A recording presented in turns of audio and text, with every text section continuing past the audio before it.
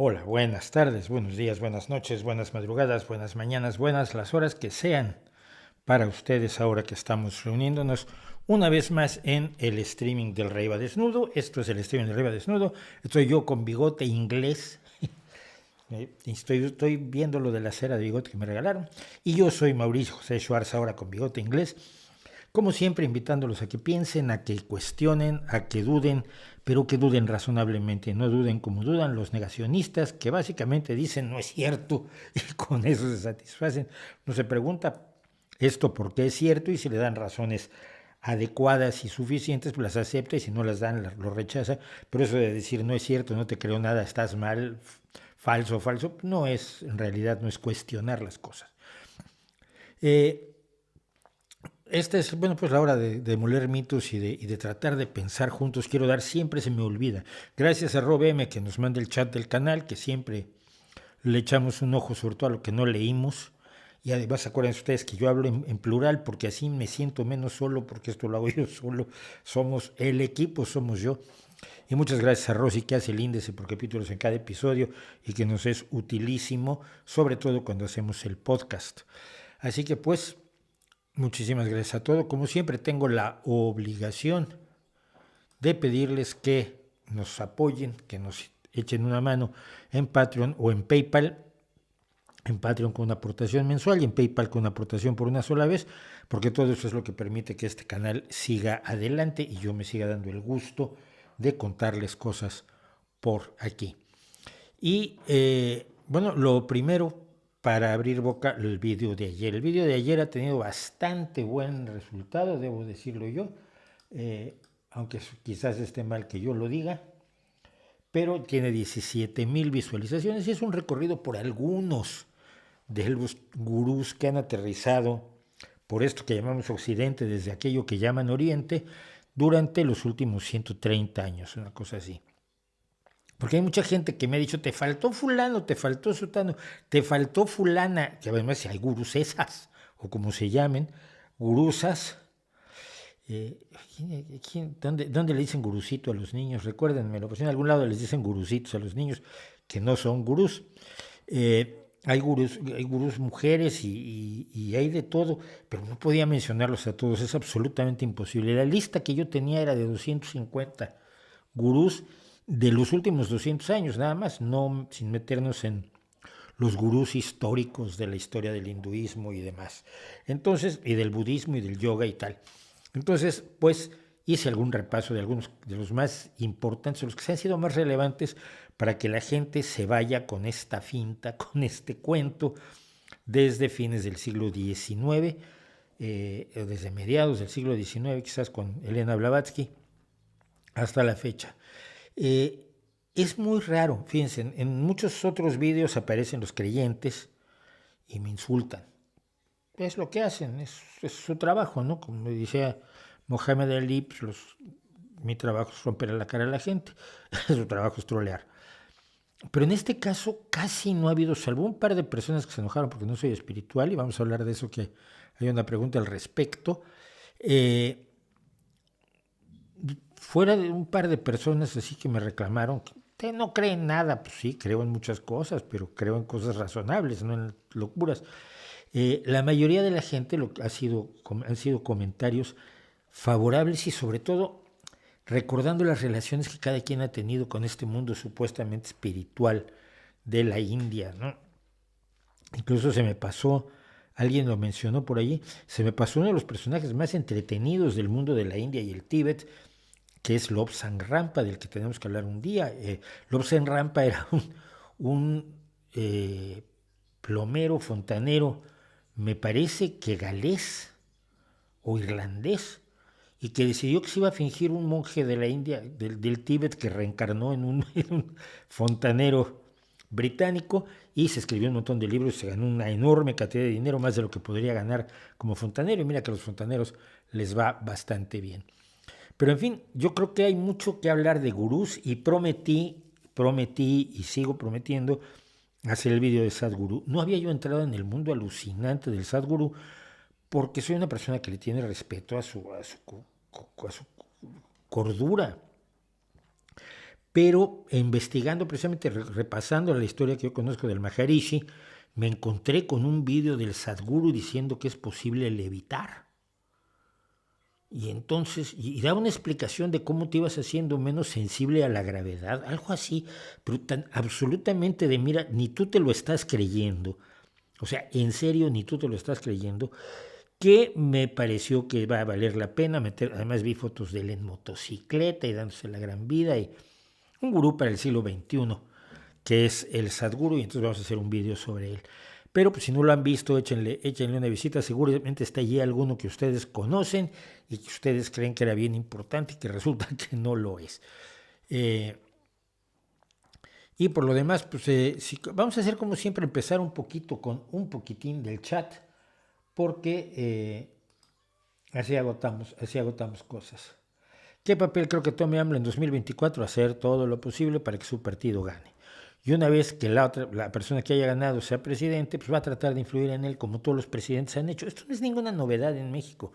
Todos los presidentes han tratado de instalar un maximato. Y a todos los presidentes les ha fallado porque cuando tienes todo el poder, pues ya no lo prestas. Tú eres muy obsequioso cuando te están dando el poder, pero una vez que lo tienes, y el presidente de la República en México es un sujeto con una cantidad de poder absolutamente delirante, pues ya no se lo prestas al que te lo dio. Y ha habido, es tradicional casi el sacrificio ritual que el presidente entrante hace del presidente saliente. Y porque además esto no es novedad de parte del López Obrador, lo que pasa es que lo ha llevado al extremo. O sea, pero por lo menos durante el primer año la culpa de todo solía ser del anterior, ¿no? Entonces, cuando Miguel de la Madrid habló de la renovación moral de la sociedad, lo que estaba diciendo es evidentemente que López Portillo había sido un inmoral del copón. Después de Miguel de la Madrid, ¿quién sigue? Sigue Salinas, claro. Y Salinas, pues dice que hay que volver a hacer la economía porque todos los anteriores estaban mal. Y Cedillo tuvo que echar del país a Salinas directamente porque se le alebrestó. Y eso está cuidadosísimamente narrado día por día en mi maravilloso libro Crónica del Desconcierto, los 101 días, los primeros 101 días del gobierno de Ernesto Zedillo Ponce de León, alias el hombrecillo Zedillo. Y ahí conté, porque lo seguí día por día, los 101 días desde que Zedillo toma posesión, se carga el país, nos desgracia económicamente, hace que la gente se empiece a suicidar porque no puede pagar sus deudas, en fin, todas esas cosas maravillosas que tenemos como recuerdo de Zedillo. La gente perdió sus casas, yo la mía, perdió sus autos, hubo divorcios al por mayor, en grupos de deudores había psicólogos todos los sábados para que la gente fuera a hablar con ellos, para que no se suicidaran, no se divorciaran, no golpearan a los hijos. La tensión era horrible, el país estaba en ruina total, y a los 101 días Zedillo echó a Carlos Salinas de Gortari del país. Entonces esto ha sido un ritual eterno, además que lo ha llevado al extremo López Obrador, y es un ritual que se va a repetir. Sea quien sea que gane, va a sacrificar al observador. Lo que pasa es que es el de los más fáciles de sacrificar, ¿no? Él y Calderón son, o Díaz Ordaz, a quien Echeverría además le cargó las culpas que en buena parte le tocaban a Echeverría, son de los que es muy fácil de fenestrar, porque son sujetos de una diminutez moral, intelectual, política, de una falta de sentido de Estado absoluta, que resulta muy, muy, muy sencillo. Eso es lo que yo creo que va a pasar. Gane Sheinbaum o gane Xochitl, esperemos que no sea Sheinbaum, vamos a decirlo así. Esto me preocupa mucho. Víctor Rodarte me dice lo siguiente. Ayer me quedé viendo unos vídeos de VisualPolitik, que es un canal, parte de una empresa muy grande, de unos ex asesores del Partido Popular. Vamos a ponernos en composición de lugar, ¿no? Y se comentaba que las universidades públicas le hacen más daño a los de bajos recursos. Tanto mi esposa y yo somos egresados de una universidad pública. Pienso que es una locura privatizarlas, dado que estudiar en un es una medio dado que estudiar en una, me imagino que dice, una universidad pública, me dio la oportunidad de estudiar y ejercer una ingeniería. Mira, VisualPolitik es un grupo que no es una organización independiente ni es políticamente inocente.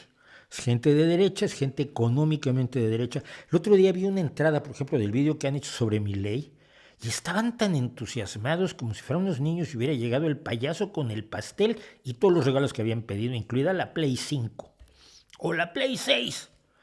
Entonces, pero una cosa vergonzosa verlos, porque uno, aun cuando uno tiene una posición política, porque todos tenemos una posición política, y yo nunca he ocultado la mía, trata uno, sobre todo cuando habla ante un público, trata uno de ser lo más razonable, centrado posible. Oye, si yo creo en tales cosas por esto y esto, y si mi gente o mi equipo o la gente de mi ideología o que dice profesar mi ideología comete atropellos y barbaridades como Ortega o como Maduro, pues hombre, tengo que denunciarlos porque mis principios son más importantes que mi interés directamente partidista.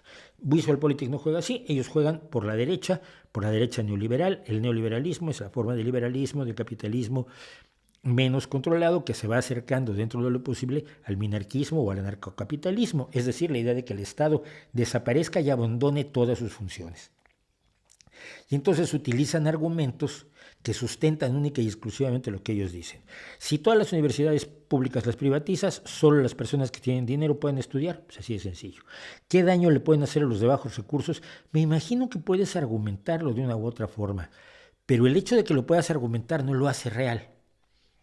Las universidades públicas, las universidades gratuitas o prácticamente gratuitas, como es la Universidad Nacional Autónoma de México, son un impulso para todos los países, son la fuente del desarrollo de su capital humano. Y voy a poner un ejemplo que creo que ya he contado, pues ya lo he contado, me perdonan y me... Hace unos 30 años, en México, las grandes empresas pedían trabajadores, buscaban ingenieros y buscaban gerentes de procesos, contadores públicos, administradores de empresas, etcétera, y solían poner egresados de la UNAM a abstenerse. ¿Qué quería decir esto? Como en la UNAM es una universidad muy politizada, tendían a pensar que los universitarios, los egresados de la UNAM, lo que iban a llegar es ir a hacerles una huelga y a armar un desgarriate político. Cosa que además no es cierta, porque el hecho de que la universidad esté muy politizada no significa que todos sus alumnos estén así de politizados. A mí me lastimaba mucho eso, sobre todo porque lo hizo alguna empresa a la que yo le prestaba servicios en otra empresa en que yo trabajaba de comunicación. Hacíamos comunicación audiovisual, lo que ahora sería hacer vídeos, pero los hacíamos con diapositivas porque el vídeo era carísimo. Y entonces un día me llaman de esta empresa, una empresa de algunas digamos, aperitivos, y me dicen que vaya a hablar con una de sus nuevas adquisiciones, una mujer que tenía un puesto altísimo, directora general de no sé qué, pero elevadísimo, un puesto brutal dentro de la empresa, porque había que hacer un vídeo sobre un proyecto que tenían ellos. Fundamentalmente era un proyecto para entrar en asociación con los agricultores, con los campesinos mexicanos, para que los campesinos mexicanos plantaran cierto tipo de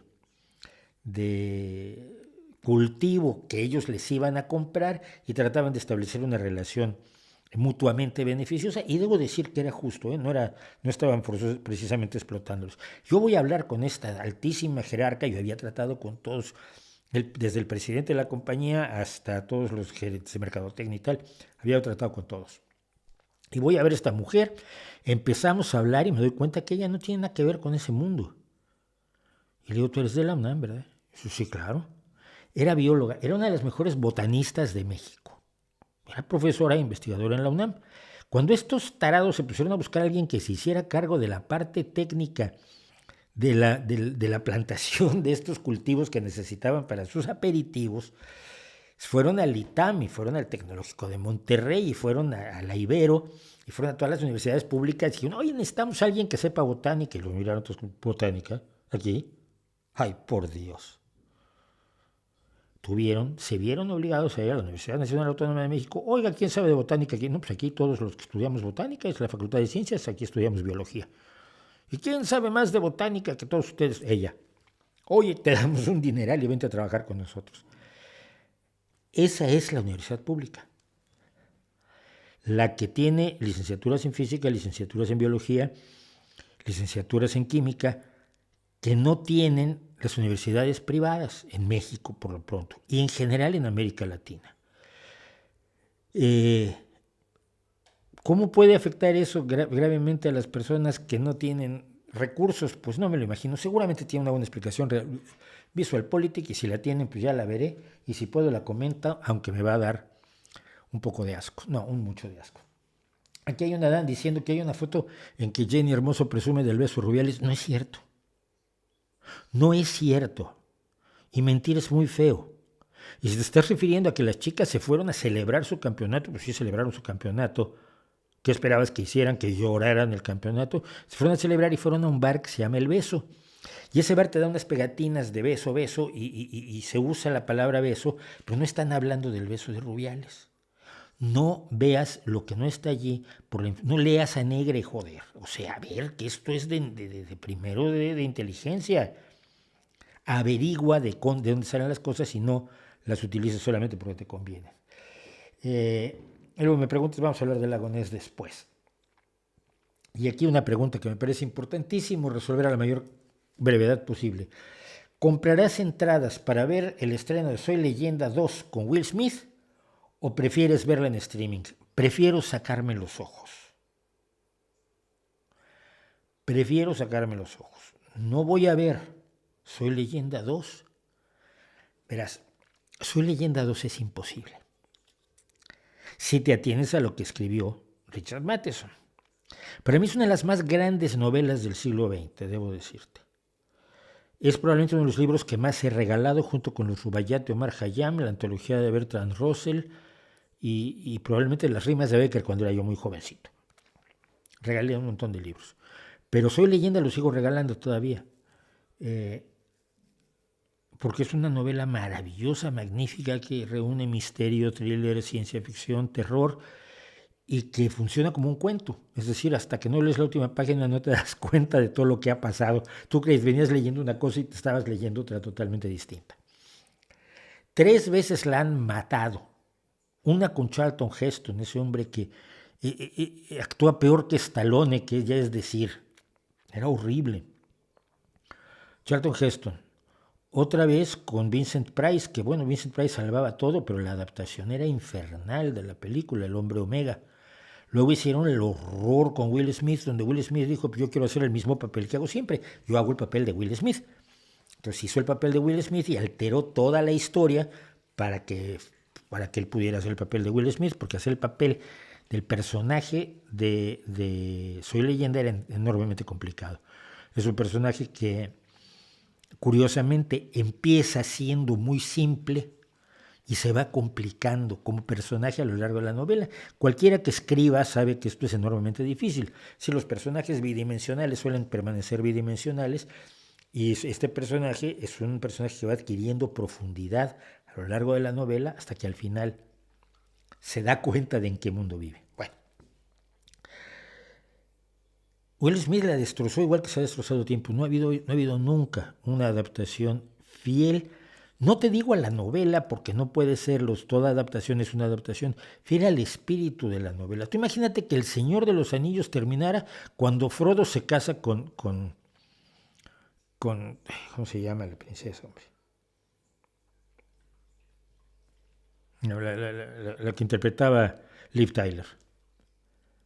Y le da el anillo como el anillo de boda, porque a Will Smith se le ocurrió que él quería ser Frodo.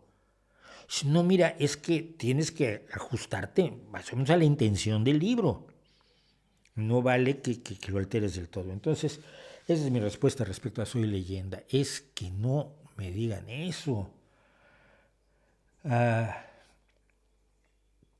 Y Diana Marisol, luego sigo con más. Diana Marisol me pregunta, disfruté mucho el vídeo de ayer, he escuchado a alguna persona decir que no es religiosa, pero es espiritual. Y me pregunto y te pregunto, porque sabes más que yo qué es ser espiritual, no tengo idea. Creo que es gente que dice que cree en cosas así como mágicas, pero sin religión.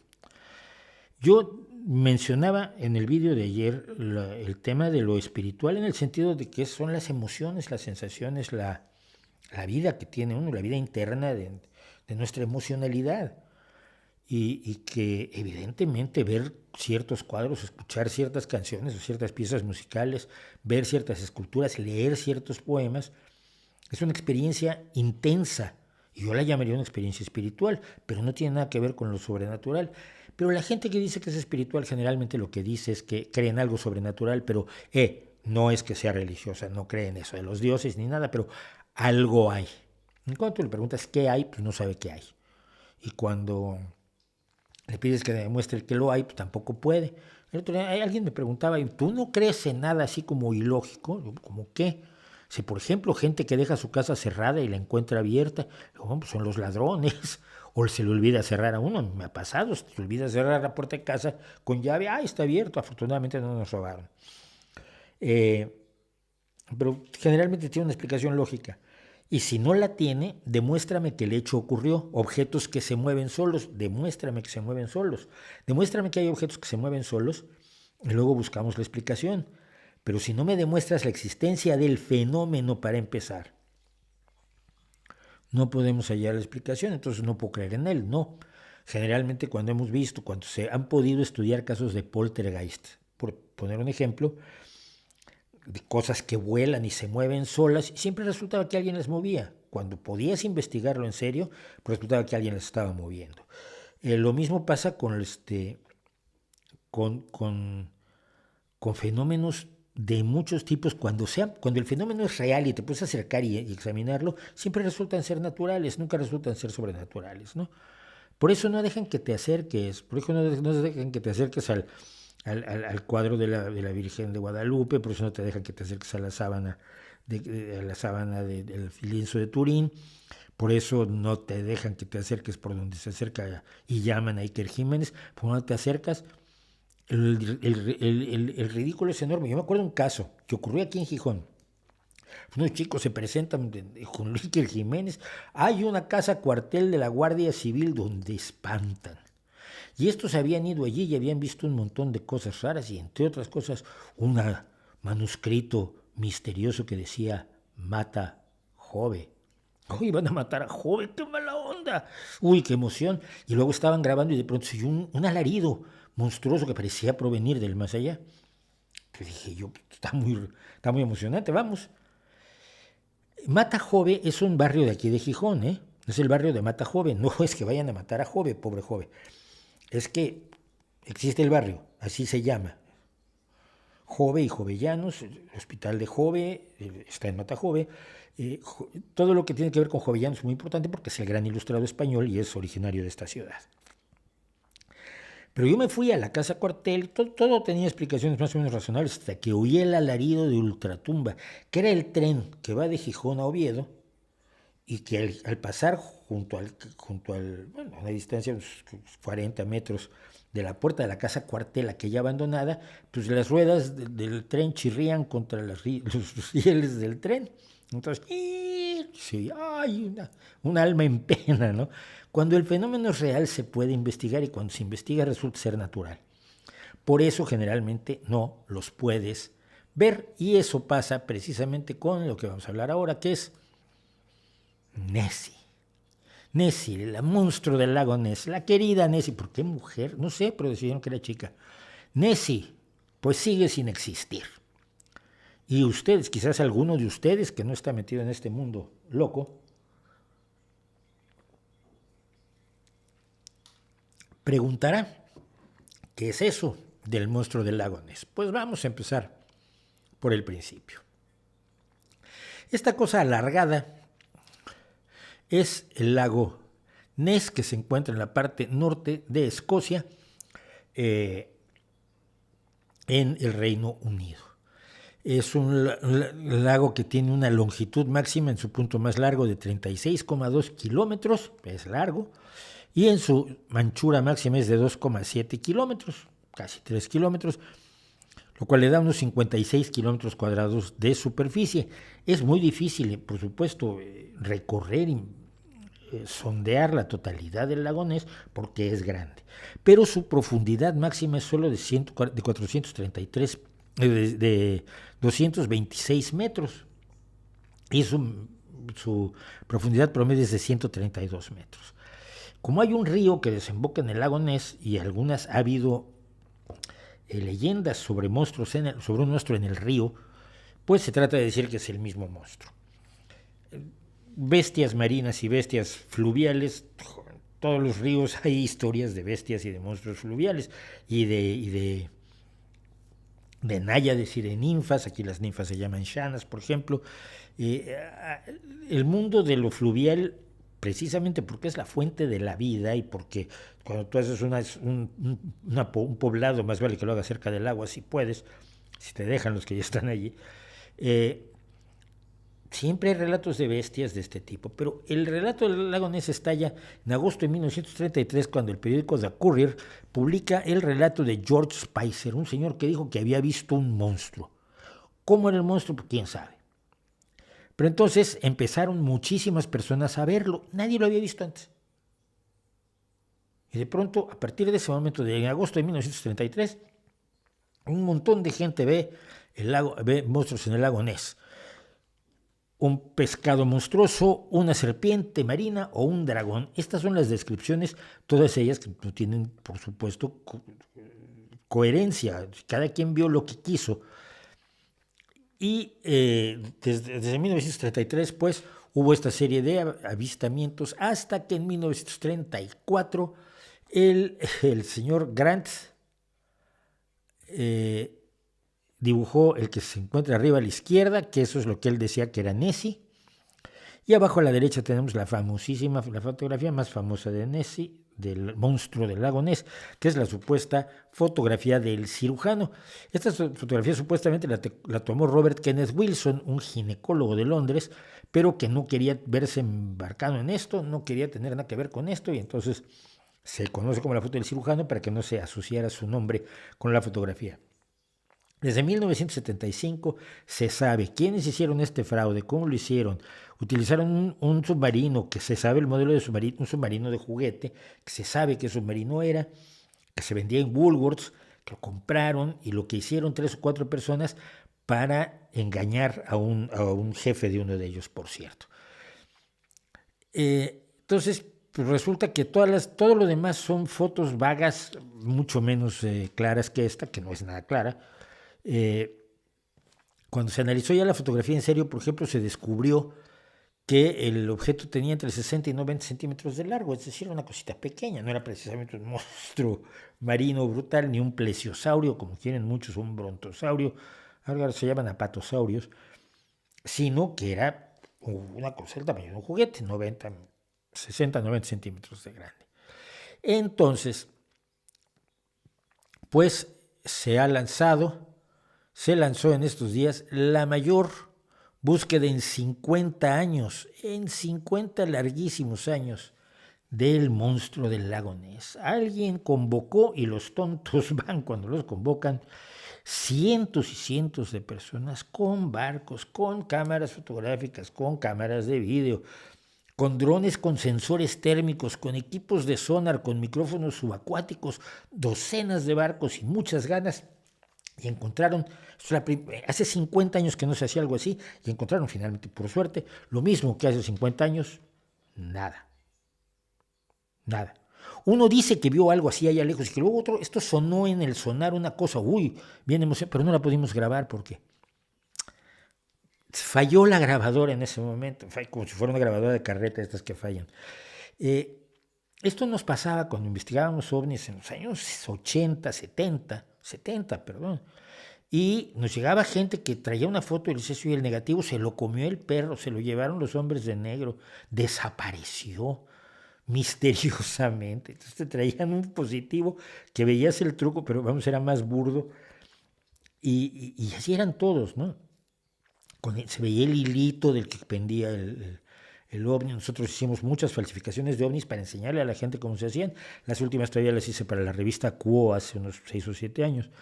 Hice una serie de falsificaciones con una luz trasera de una bicicleta, por ejemplo, lanzándola al aire y pillándola a tiempo con una obturación rápida, un 500avo de segundo. Y se veía impresionante, una cosa con luces rojas flotando sobre la ciudad. ¡Oh! Misterio y más misterio. Total que no encontraron nada, pero dicen que allá de estar. Hace muchos años alguien mató realmente al monstruo del lago Ness porque dijo, mira, si un monstruo de 30 metros de largo debe pesar más o menos tanto, pero no solo, no puede ser, no puede estar él allí desde hace por lo menos 90 años, ¿no? Pues este año esto se hizo porque son los 90 años del avistamiento de 1933. Entonces tendrá pareja para reproducirse, pero dos que se reproducen, pues la especie se extingue. Necesitas una población reproductora que permita un desarrollo, una sucesión de generaciones que no estén demasiado mezcladas, vamos, demasiado, ¿cómo se llama? cuando tienes poca variación genética y te pasa lo que a los Borbones, lo que a los Habsburgo, perdón. Se casaban entre ellos y bueno, el final fue aquel pobre Carlos el hechizado, el último rey Habsburgo español. Entonces, pues hay que tener una población. ¿Cuánto tendría que ser esa población? Pues pon unos 100 individuos, 50 hembras, 50 machos. Genial. ¿Y qué tendrían que comer? ¿Cuánta masa orgánica tendría que haber para que vivieran 100 animales? No me acuerdo si eran 100, pero vamos, llegó a un número exacto. Para que sobrevivieran y pudieran reproducirse y todo esto. Pues nada, una cantidad de peces que se consumirían el día que no los tiene el lago, punto. Y eso creo que es la demostración más clara de que es imposible que exista algo como el supuesto monstruo del lago Ness. ¿Saben para qué va a servir esto?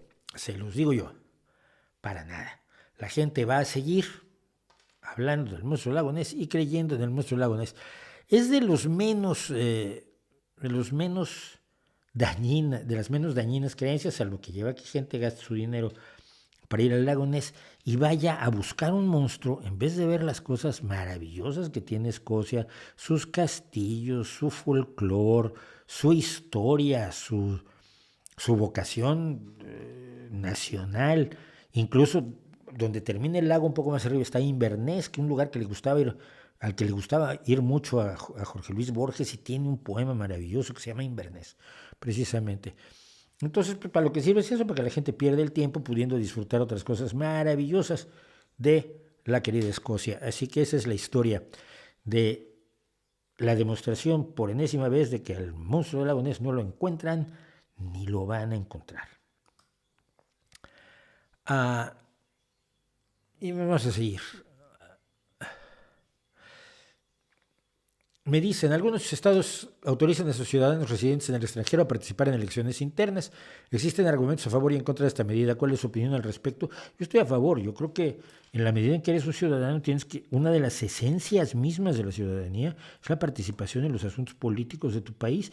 Y donde te encuentres físicamente da exactamente igual.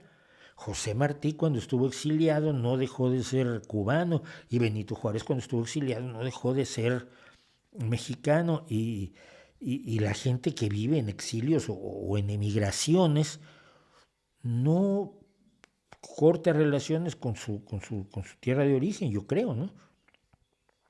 Del mismo modo en que el que vive aquí adquiere derechos, la legislación europea, y esto mucha gente no lo sabe, establece que los residentes en un municipio determinado, que sean ciudadanos europeos, votan en las elecciones municipales. ¿Por qué? Porque es el primer nivel de gobierno el que te afecta más directamente. Y por supuesto, si tú vives en un municipio, tienes que tener voz y voto en las decisiones municipales y por lo tanto los extranjeros ciudadanos comunitarios que viven en Gijón votan por la alcaldía de Gijón y a mí me parece muy bien. Viçosa, Minas Gerais, David Treviño, hola, ¿cómo estás? ¿Qué pienso de Baltasar Garzón como jurista? No lo conozco, pero no soy jurista y como persona pues no lo conozco en persona, entonces no puedo opinar mucho. ¿Qué pienso de la eutanasia? ¿Está a favor o en contra? Yo creo que los que están en contra es porque nunca se han visto en la situación de querer dejar de sufrir y que los obliguen a sufrir. Que los obliguen a sufrir. Te voy a decir cuál es el truco y por qué mucha gente está en contra. Y sobre todo el Papa habla mucho de la cultura de la muerte. Te lo cuento así. Uno de los trucos de lo que llamamos la derecha en general es asustar a la gente diciéndole que la van a obligar a hacer cosas cuando se establecen derechos que permiten a la gente hacer cosas. Me explico.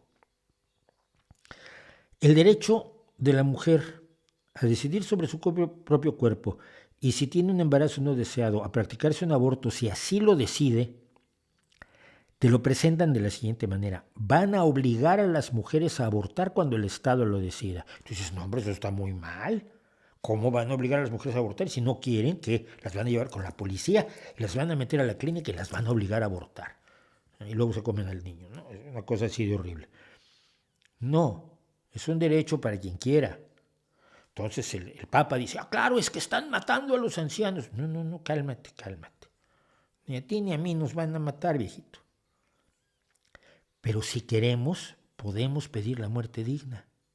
Es un derecho y no una obligación. Si te dicen, mira, vamos a tratar de diseñar las ciudades para que, salvo en ciertos casos, tengas los servicios más importantes a 15 minutos de distancia y así no tienes que usar el transporte público ni sacar el auto a 15 minutos a pie. Se fomenta que uses la bicicleta o que andes a pie, se contamina menos. Estaría muy bien, ¿no? Si tienes la clínica y el supermercado y todo a 15 minutos. Entonces llega Milei o Laje o alguien así y te dice, te van a obligar a vivir en un lugar donde todo esté a 15 minutos y alrededor van a poner vallas con policías y sí, no, nadie dijo eso. Pero es que si no simulan que los derechos van a ser obligaciones, no tienen público. Tienen que oponerse. Hay educación pública, te van a obligar a que el Estado enseñe a tus hijos lo que el Estado quiera. No, puedes poner a tus hijos en una escuela de cura si quieres. Pero tienes el derecho a usar la educación pública. En Estados Unidos juegan mucho esto. Claro, es que yo no puedo elegir a mi médico, me pone el Estado un médico en la medicina socializada. No. Yo con la medicina socializada española puedo elegir médico. De hecho, tenía una médica con la que tuve algún diferendo importante y me cambié de médico y ya, elijo yo a mi médico. No me van a obligar a tener al médico que el Estado dice. Entonces yo prefiero la medicina privada porque yo puedo elegir a mi médico. No es cierto. Acabas eligiendo al médico al que te tocó y al que tu seguro, el que tiene trato con tu seguro, el que tiene contrato con tu seguro. Porque si el médico que tú quieres no tiene contrato con tu seguro, como no seas millonario, lo puedes ver cuando sale de la clínica para subirse a su auto de lujo, para irse a su lujosa casa. Pero nada más, no lo puedes ver para que te atienda. Entonces es uno de los trucos que utilizan las ideologías, ciertos ideólogos de la derecha más repugnante, para convertir los derechos que deberían ser motivo de júbilo en amenazas de obligaciones. Te van a obligar a casarte con gente de tu propio sexo. No, espera, el matrimonio igualitario es para los que quieren. Si tú no te quieres casar con un señor bigotón y tú eres otro señor bigotón como yo, pues no te casas y ya nadie te va a obligar. No, pues van a obligar a los niños a ser homosexuales. No, lo único que está diciendo es que a los niños que son homosexuales ya no los vamos a tratar como los tratábamos cuando tú eras joven. Los vamos a tratar con respeto, vamos a entender que son parte de la sociedad igual que todo el mundo y que ser homosexual es una condición como es ser rubio, ser alto, ser bajo, ser gordito, ser delgadito. Nada más. No, pero entonces te obligan a cambiar de sexo. No, nadie ha obligado a nadie a cambiar de sexo. Hay un debate que es de otro tipo y muy legítimo, pero eso no está ocurriendo en ningún lado. A nadie le están obligando a nada. Pero eso, con esa mitología formada sobre las obligaciones que te van a, el Estado te va a imponer, es por lo que funciona el viva la libertad de Milei. Porque ellos están defendiendo la libertad contra todas estas imposiciones que no lo son. Y cuando esas imposiciones no lo son, su reclamación de libertad es totalmente hueca. Vamos a ver qué más me dicen.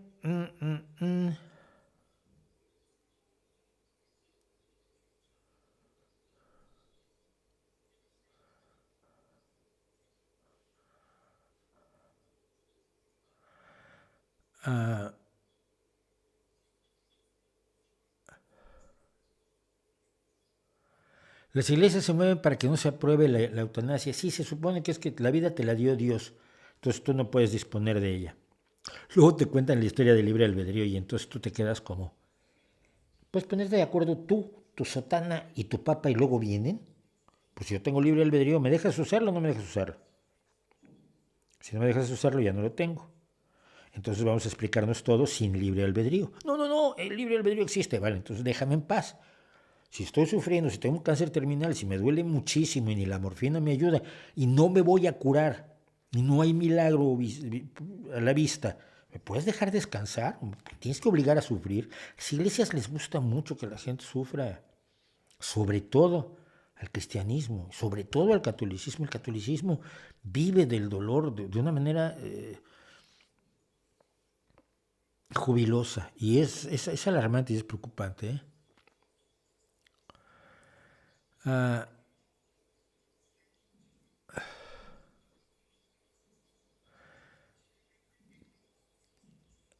No tengo datos de Raúl Alfonsín como para hablar de él.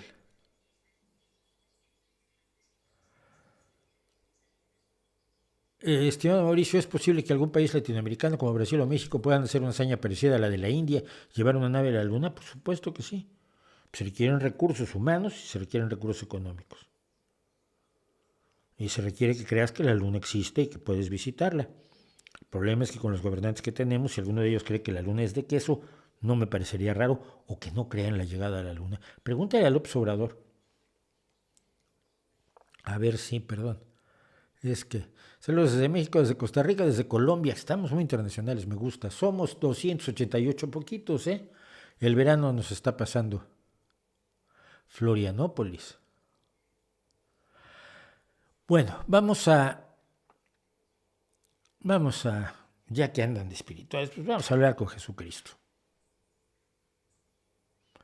Estas son nuestras crónicas de la inteligencia artificial. Estas son las escalofriantes crónicas de la inteligencia artificial. Chat con GPT, Cristo, María y demás. Sí, es en serio.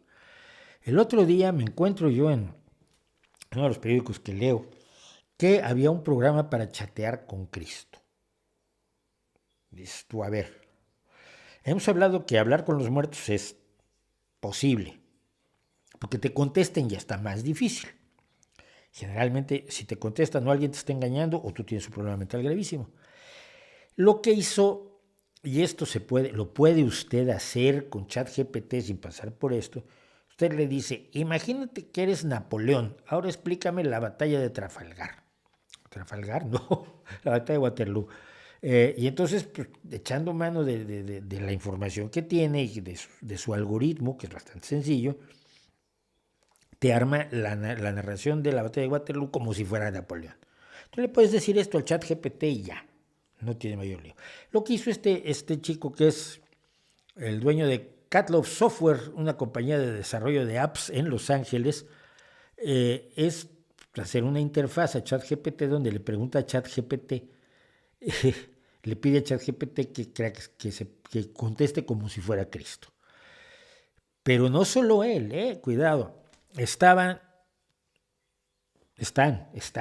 porque allí los tiene usted a todos ellos. Lo de la izquierda es como lo ve usted en el caso, bueno, en mi caso porque uso Apple, en en la tienda de Apple, y a la derecha está algo de los textos que estuve. Yo con Jesús y María nada más hablé, porque los demás son de segunda, ¿no?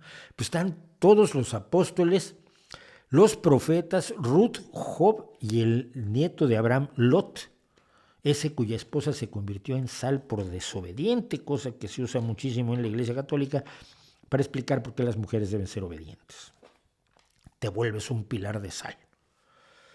Entonces, lo que hacemos es, lo que él dice que hacen es, vamos a la inteligencia artificial, le decimos tú eres Jesús o eres Moisés o lo que sea, y sabiendo lo que ya contienes en tu base de datos, responde a las preguntas basadas en el personaje. Esto es como lo explicó sencillamente Stefan Peter, el desarrollador de la aplicación y presidente de la compañía.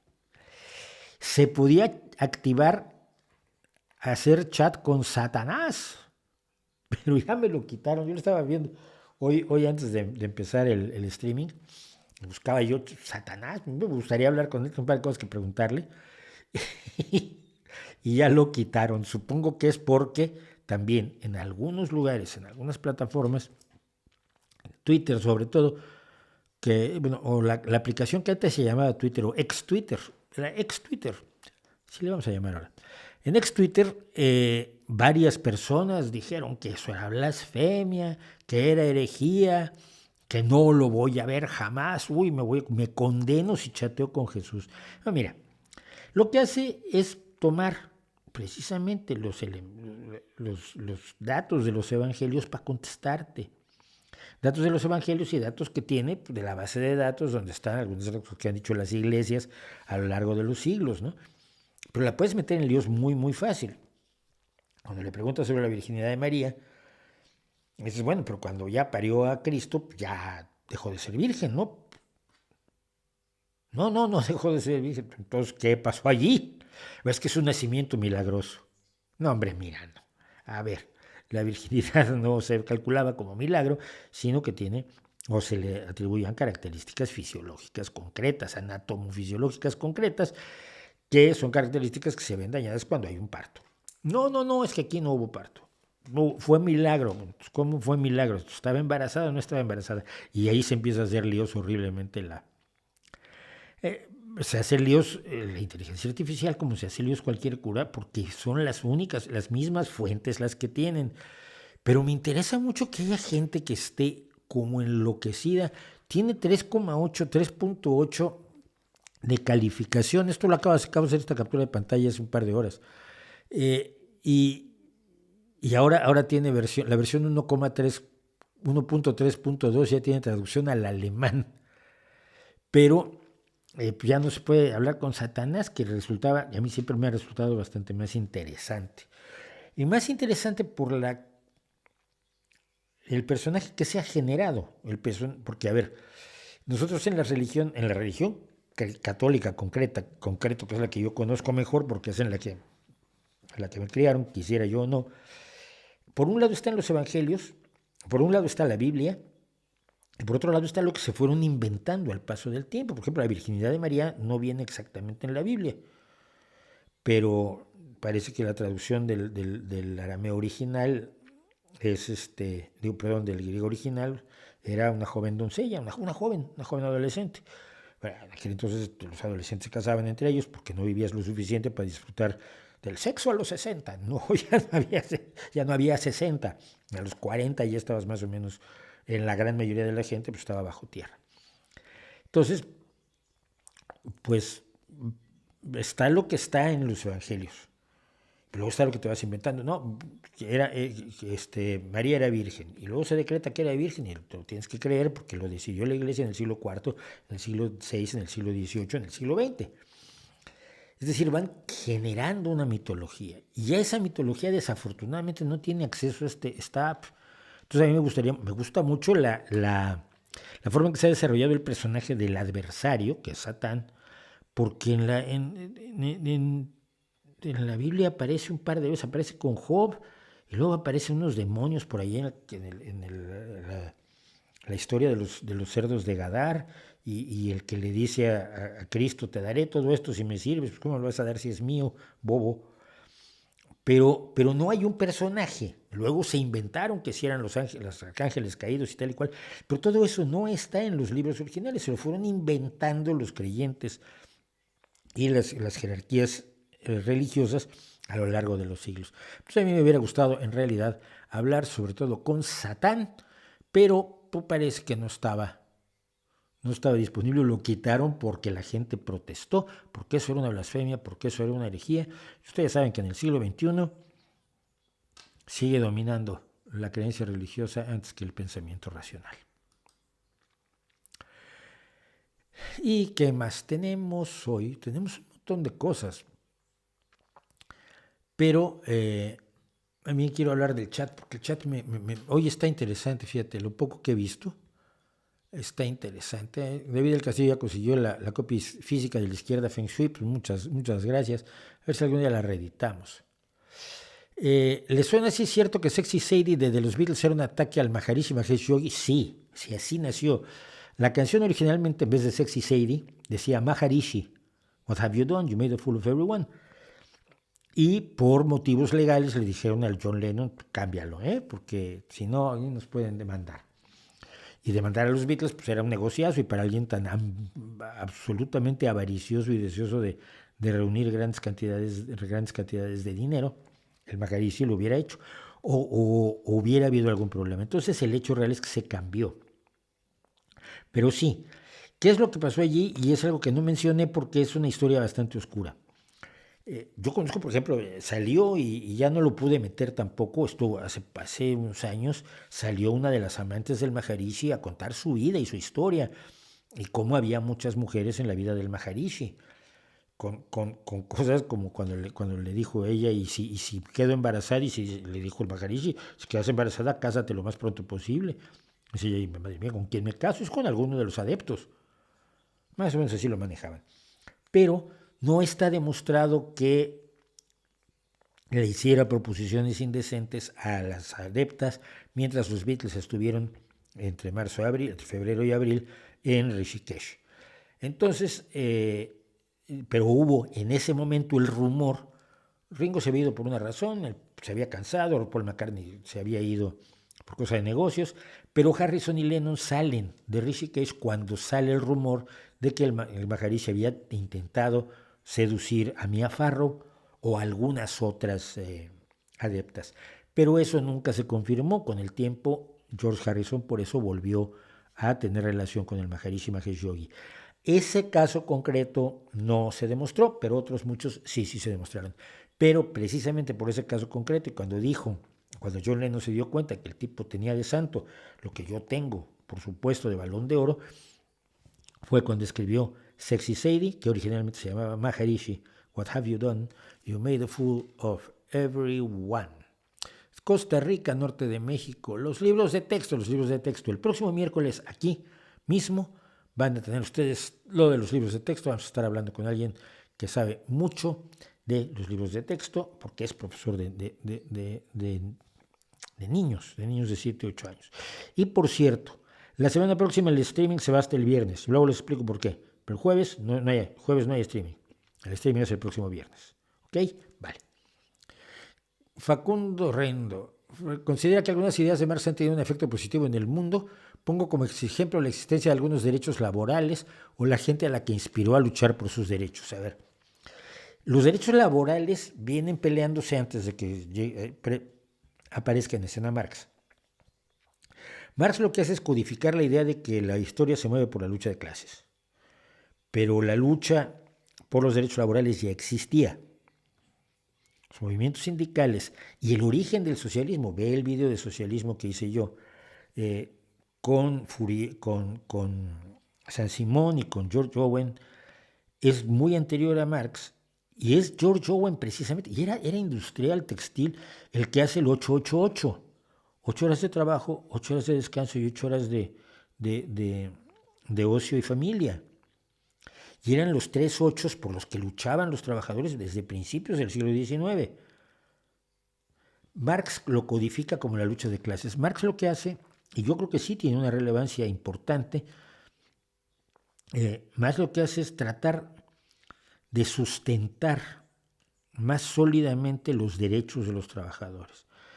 ¿Por qué hay una desigualdad económica en las relaciones laborales?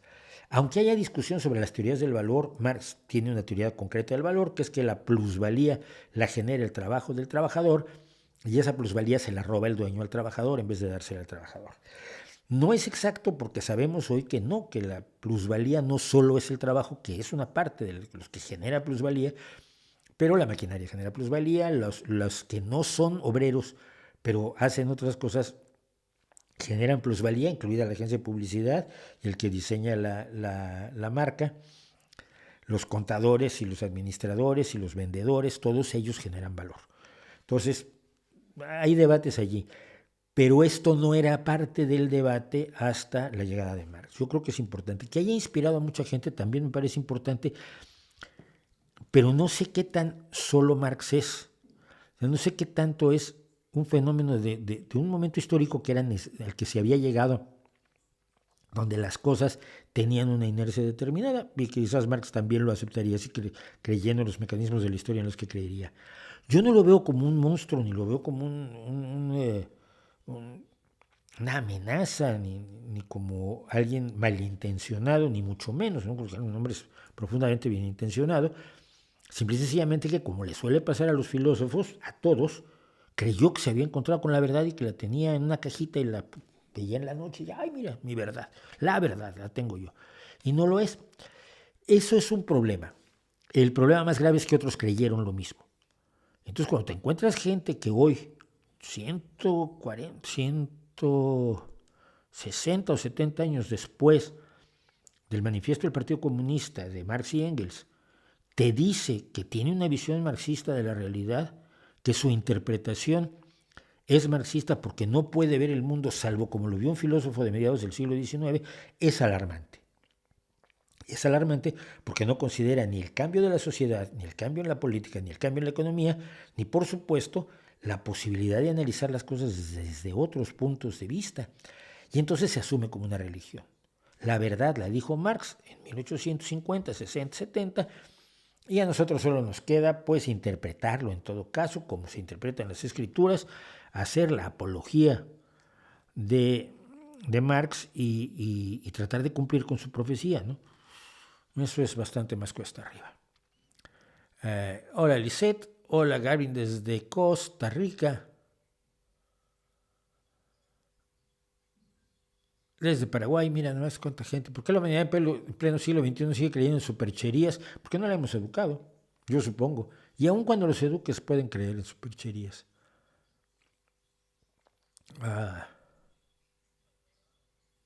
Me hiciste una pregunta que no aparece en el chat. ¿Qué palabras están prohibidas? No sé. En cada sociedad están prohibidas distintas palabras, están prohibidas socialmente, ¿no? Pero no. San Luis Potosí y bueno. Vamos a contar una cosa, ya que estamos hablando de esta gente. Los mileites o miledetianos o como se llamen, los creyentes en Javier Milei, se han cabreado conmigo, pero como la mona. ¿Qué pasó? Que hice un segmento la semana pasada donde contaba yo lo que se dice en un libro que se llama El Loco, sobre ciertos delirios paranormales y transpersonales y transcósmicos que parece tener Javier Milei, el candidato a la presidencia de Argentina por el grupo de la Libertad Avanza, creo que se llama algo así, bueno, que no tiene nada que ver con la libertad, pero lo usan el nombrecito. Y me han puesto, a ver, lo primero que me dicen es que yo tenía que haber confirmado los datos del libro, es decir, yo tenía que, para hacer esto de que dura 5 minutos o 10, yo tenía que haber ido a Argentina y confirmado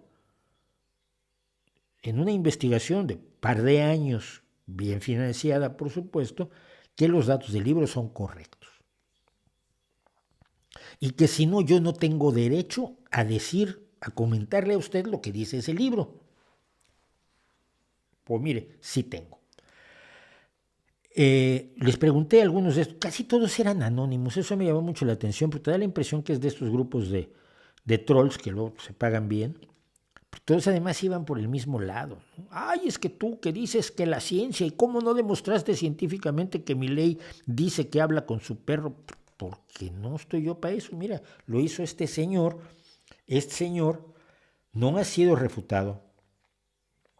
Si este señor está mintiendo respecto a Milei, yo supongo que lo demandaría por calumnias, por difamación, o por lo menos habría declarado que este señor es un miserable y un inventor, como yo puedo decir del de Ley Antisectas, que es un tipo que me levantó falsos, mintió, falseó las cosas y se lo demuestro en la cara cuando se le dé la gana.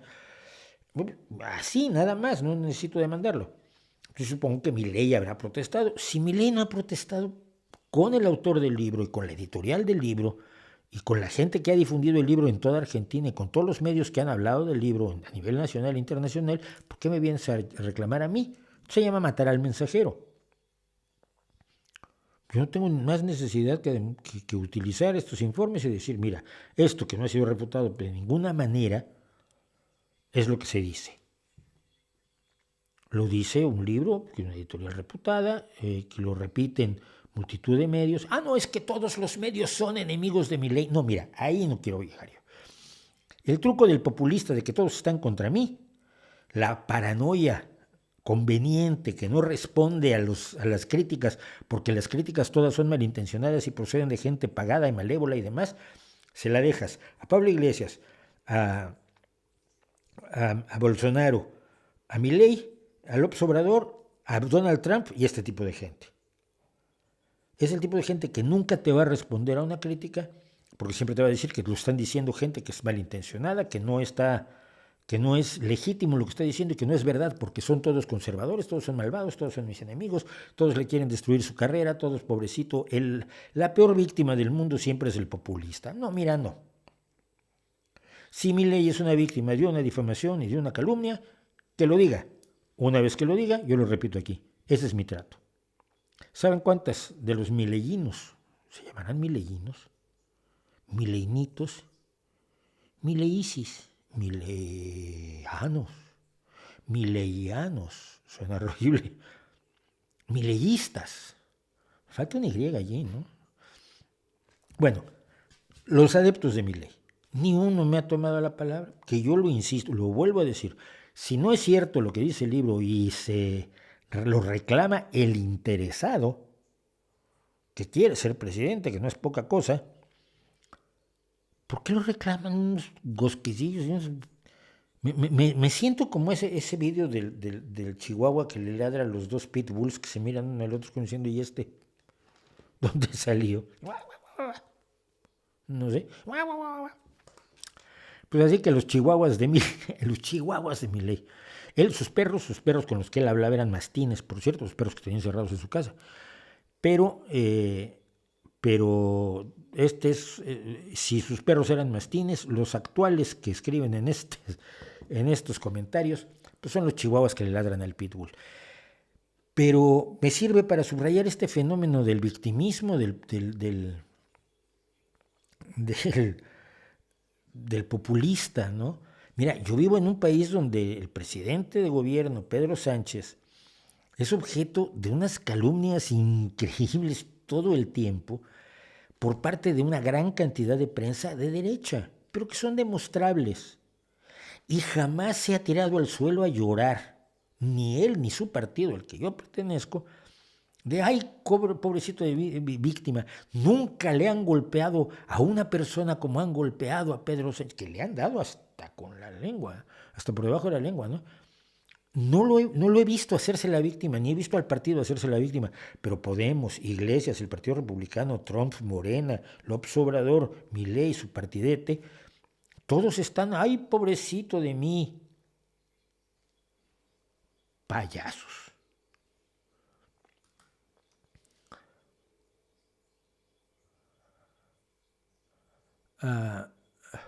No sé nada de una nueva variante. Lobsang Angarrapa inventó los viajes astrales, creo que sí, el registro akáshico no, ese ya se lo había inventado, Elena Blavatsky, y lo retoma Steiner, el de la antroposofía y del banco, de la banca Triodos y de la educación Waldorf y de todo eso. ¿Qué opina usted del ZLN? Hace años que no sé del ZLN. Siento que finalmente fue una momificación de unos ideales que no han traído una mejoría real. O sea, no sé dónde están los ingenieros salidos de los municipios rebeldes, dónde están los médicos, dónde están los avances sociales, económicos y políticos por los que legítimamente lucharon, No le quito legitimidad a los deseos, pero es que esto fue en 1994. Vamos para 30 años. En esos 30 años parece que las comunidades rebeldes, pues, que están, para todo efecto práctico, aisladas económica y políticamente del país, pues no han hecho realidad ninguno de sus anhelos. Y eso me preocupa muchísimo, ¿no?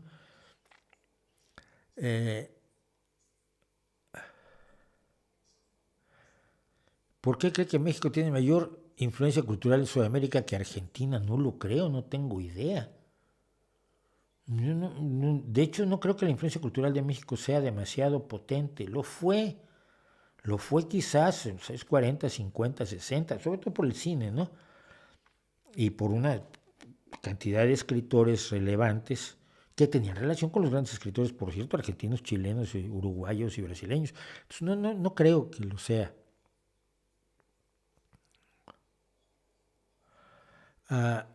Un top 5 de tus guitarristas favoritos de rock. Uy, no, 5 no puedo. 5 no puedo. En este momento, Trox, que ahora se me olvida su nombre, de la Tedeschi Trox Band, el marido de Susan Tedeschi. Derek Trox es brutal con la guitarra de slide, es de lo más impresionante que hay. Siempre he sido muy fan de Alex Lifeson, curiosamente, de Rush, que no está considerado entre los más grandes. ¿Qué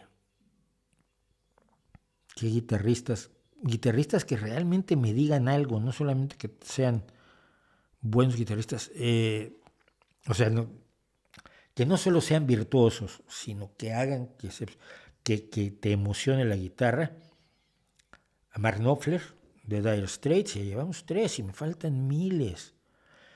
Mis principales guitarristas son de blues, además, Buddy Guy o en este momento Samantha Fish o Laura Chávez es decir, en el blues la guitarra está viviendo otro mundo. Pero ¿a quién pondríamos? Estoy pensando en guitarra de rock. Por ejemplo, Van Halen nunca me emocionó demasiado, es curioso, ¿no? Pero no sé. Obviamente Jimi Hendrix hay que meterlo porque hay que meterlo. Y luego no sé si otros son rock o son blues o son qué exactamente, ¿no? No soy muy fan de los más conocidos, aunque los reconozco y me gustan, Santana, por ejemplo, pero no es de esos guitarristas que te sientas a oírlo tocar la guitarra. Me pasa más en el bluegrass o en el blues, que hay gente que te sientas a oír tocar la guitarra. Joan Shaw Taylor, por ejemplo, es una guitarrista maravillosa. Así que no sé por dónde me iría. Obviamente Clapton, bueno, ya creo que ya están los 5. Pero no hay mucha gente más. ¿Piensas de Agustín Laje? ¿Te parece alguien inteligente? No, me parece un tramposo. Estoy viendo lo que ha hecho sobre la Agenda 2030 y es un tramposo. ¿Qué hace esta trampa de te van a obligar? Y estoy viendo lo que dice para refutarlo, la Agenda 2030, pero ahí hay un problema que mencionaba el otro día en Twitter. Yo creo que una de las grandes armas de esta derecha económica, que es una derecha económica que se desborda hacia la injusticia social como bandera, es su capacidad de dar asco. Es decir, cuando ves a Milei, cuando ves a Laje, cuando ves a Rayo, después de 3 o 4 minutos necesitas empezar a tomar antieméticos en cantidades industriales, porque si no son insoportables, son repugnantes, son mentirosos, son deshonestos, son arrogantes, son patanescos, son incapaces del rigor intelectual mínimo. Yo me acuerdo cuando Rayo dijo que el control de precios de las mascarillas iba a hacer que hubiera escasez de mascarillas. Han pasado 3 años diciéndole, ¿ya va a haber escasez de mascarillas? No, ¿cuándo? Cuando han pasado otras cosas y yo interactúo un poco con Rayo y de verdad da asco. Pero sí, voy a hacer lo del Laje. ¿Crees que haya repetición de elecciones en España? Yo creo que sí, pero vamos a ver. Arwen, claro. Arwen. Liv Taylor interpreta a Arwen, hija de Elrond, por supuesto. No. Aragorn. No Aragorn. Frodo. Que al final del Señor de los Anillos, Frodo, interpretado por Will Smith, se casara con Arwen, dándole el anillo único como anillo de bodas, que sería el tipo de distorsión brutal que podría introducir alguien como Will Smith en El Señor de los Anillos, que es lo que hizo con Soy Leyenda y con Yo Robot, por cierto. ¡Qué desastre! ¡Qué horror! Sí, no. Que Frodo se casara con Arwen. Ese sería el final que haría Will Smith en mis ideas. Bueno. En 10 minutos vamos a hacer otra cosita una cosa, 2 noticias importantes. 9:30 vamos a hablar sobre el agua de Fukushima. Tengo a un joven ingeniero nuclear, experto en energía nuclear, que nos va a explicar toda la mentira que se ha contado respecto del agua radiactiva de Fukushima. Llamé a mi amigo Alfredo García, el operador nuclear, que ustedes saben que ha estado aquí en varias ocasiones, pero hoy tenía turno de noche precisamente en la central nuclear que opera, y entonces, de la que es operador, por eso es operador nuclear, y entonces me recomendó con jóvenes nucleares, que aquí ya hicimos también una larga entrevista con jóvenes nucleares, y uno de ellos va a estar con nosotros a las 9:30 para hablar del agua de Fukushima. Y 2, el streaming de la semana próxima es en viernes.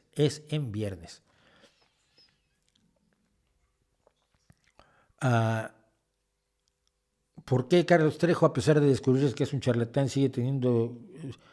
A los adoradores no les interesa la verdad, como a los adoradores de López Obrador o de Donald Trump, de Milei, a los adoradores de cualquier charlatán, de cualquier figura carismática.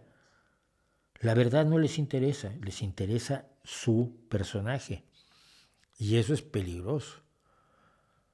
¿Cuándo voy a México? Nunca. No tengo planes de ir a México. No se me perdió nada allí. Tengo ganas de visitar otros lugares.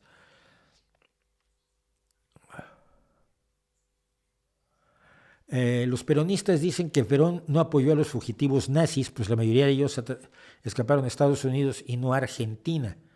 Nazis escaparon a varios países.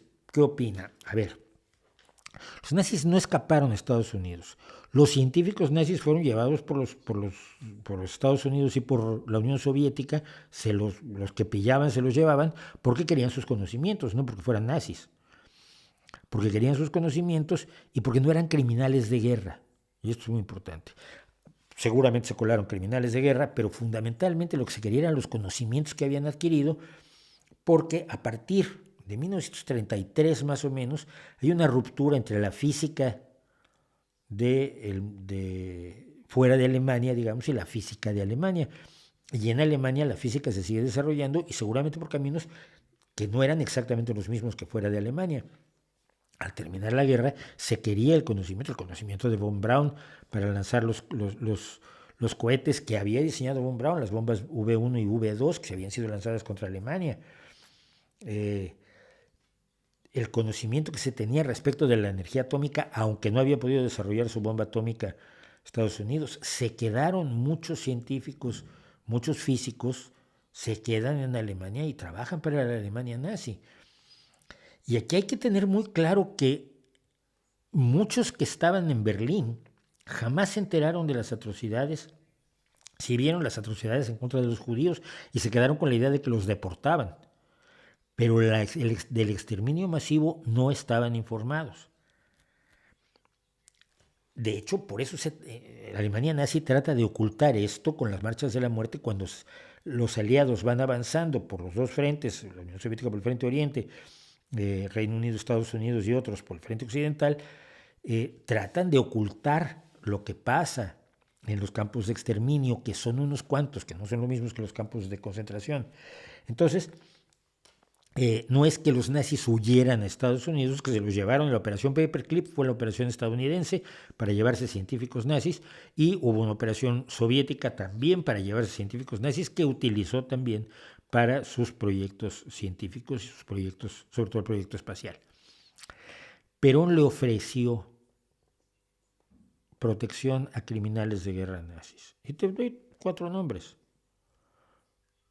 Josef Mengele, Adolf Eichmann, Klaus Barbie y... el otro que no me acuerdo de él.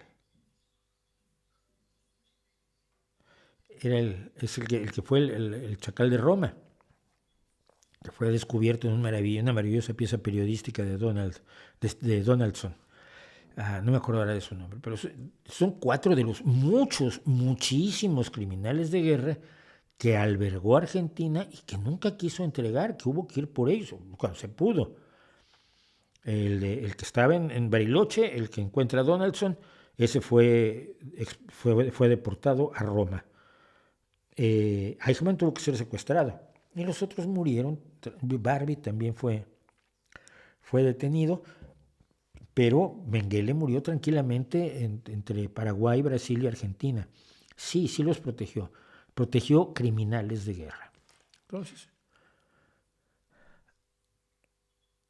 he estado buscando el video de Olof Palme que usó, dice ocupó, pero yo no utilizo esa palabra como se usa en México porque está mal, que usó en su video de la Internacional Socialista, pero no lo encuentro por ningún lado. Qué raro, porque yo conozco 3 o 4 versiones, incluida la traducida que tengo yo, así que no sé cómo.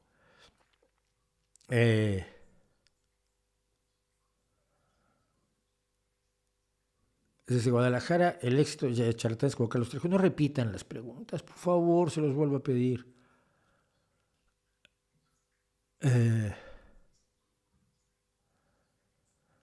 A propósito del video de satanismo y la libertad religiosa, también aplicaría el culto a la Santa Muerte, peso a su gran instrumentalización por el crimen organizado. Sí.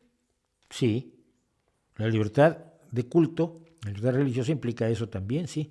Pues que el hecho de que sea instrumentalizado por el crimen organizado no le da mayor o menor relevancia ni convierte la libertad en un peligro. Convierte la libertad en un peligro son ellos. Pero antes que hubiera Santa Muerte, o en los países donde no hay Santa Muerte, ¿tú crees que la mafia o la camorra napolitana no son fervorosos católicos? Sí son. Y tienen sus santos y tienen sus lugares de culto y tienen su idea de que son verdaderos creyentes, que actúan correctamente de alguna manera extraña. Así se ven, porque la gente no suele verse como malvada. Entonces, yo creo que la libertad religiosa se aplica, por supuesto, a todo eso. No las acciones, no el accionar religioso, la libertad de creencia y de culto. La persona que preguntó por el libro, Coco, usted que aborda los temas de música, me gustaría que abordara el ritmo del mambo. ¿Por qué? Es un invento ahí de Pérez Prado, no tuvo mayor trascendencia, sirvió para las películas mexicanas, porque Pérez Prado se fue a México, y luego sirvió para que hicieran el mambo número 5 otra vez hace unos pocos años, pero no tiene mayor.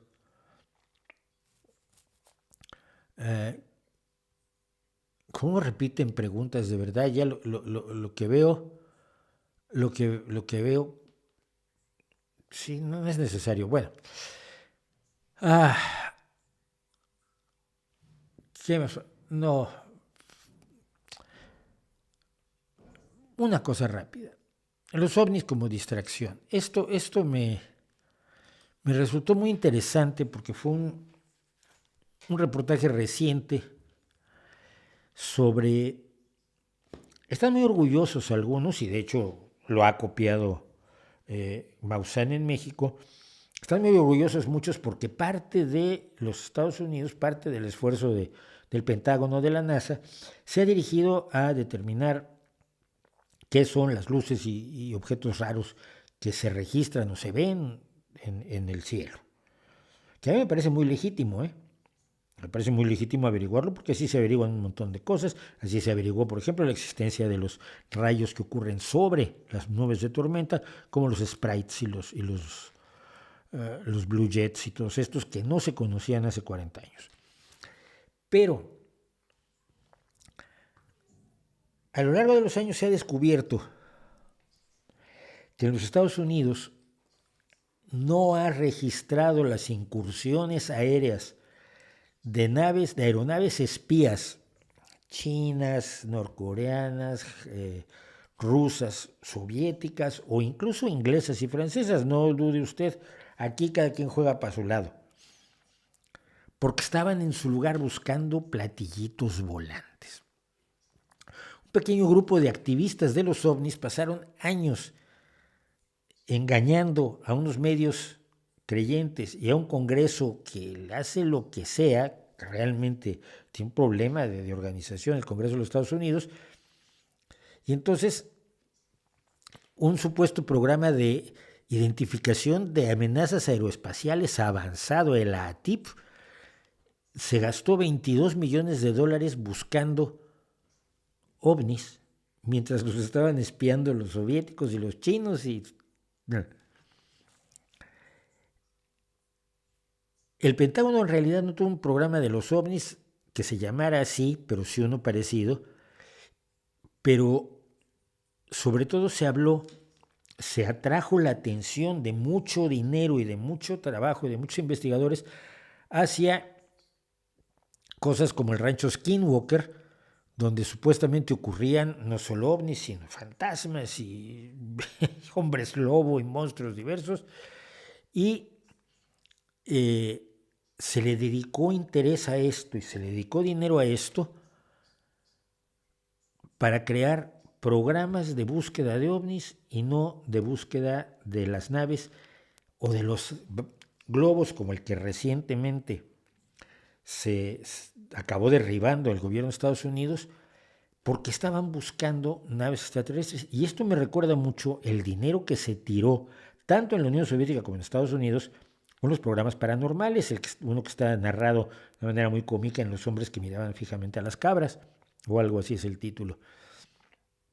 Es decir, estás tratando de controlar la mente del enemigo y de ver remotamente las cosas y de tener un profeta que adivine con la ouija qué va a hacer la Unión Soviética próximamente o qué va a hacer Estados Unidos próximamente, porque había charlatanes que estaban también embaucando al gobierno soviético, mientras por la puerta de atrás te están metiendo espías, desinformación, cuentos, mentiras y demás. Me llama mucho la atención. Durante las investigaciones del Pentágono, durante muchos años, fueron llevadas a cabo por un señor llamado Stratton, que cree en fantasmas, que cree en criaturas paranormales, que estuvo a cargo de una fuerza de tarea para investigar ovnis en el gobierno de Donald Trump,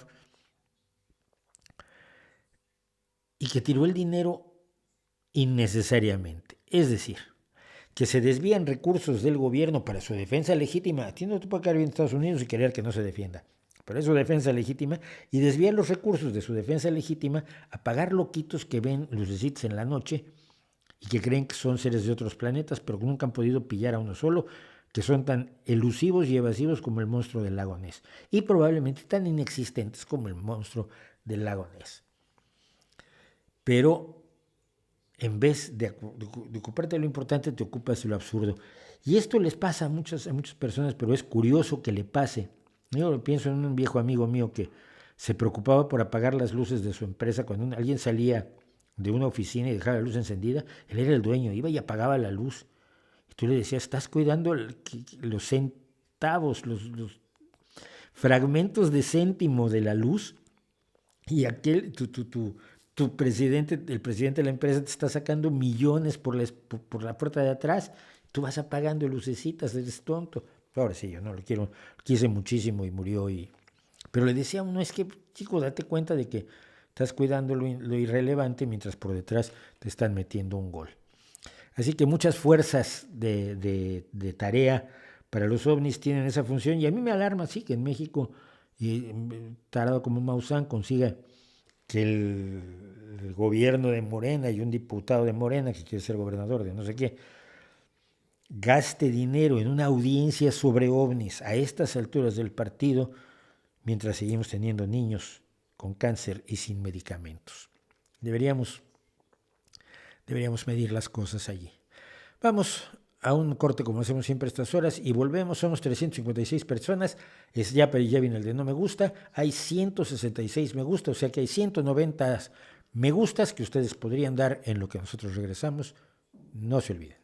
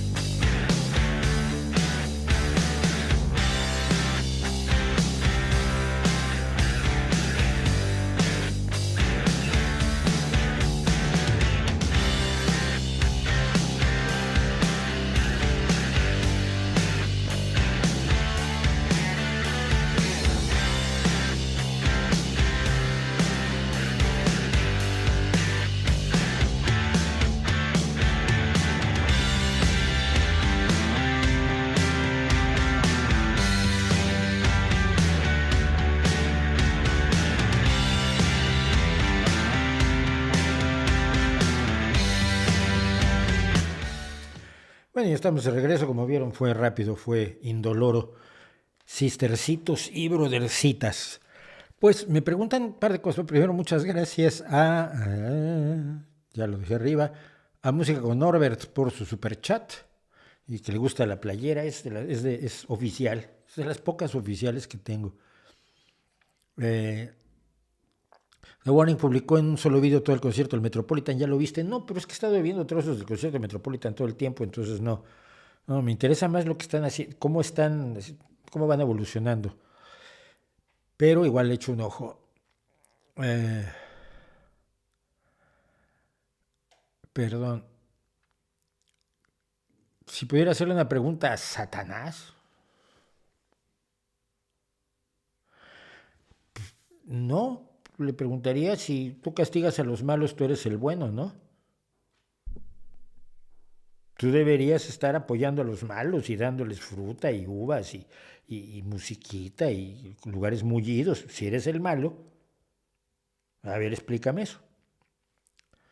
No creo que pudiera responder. Hay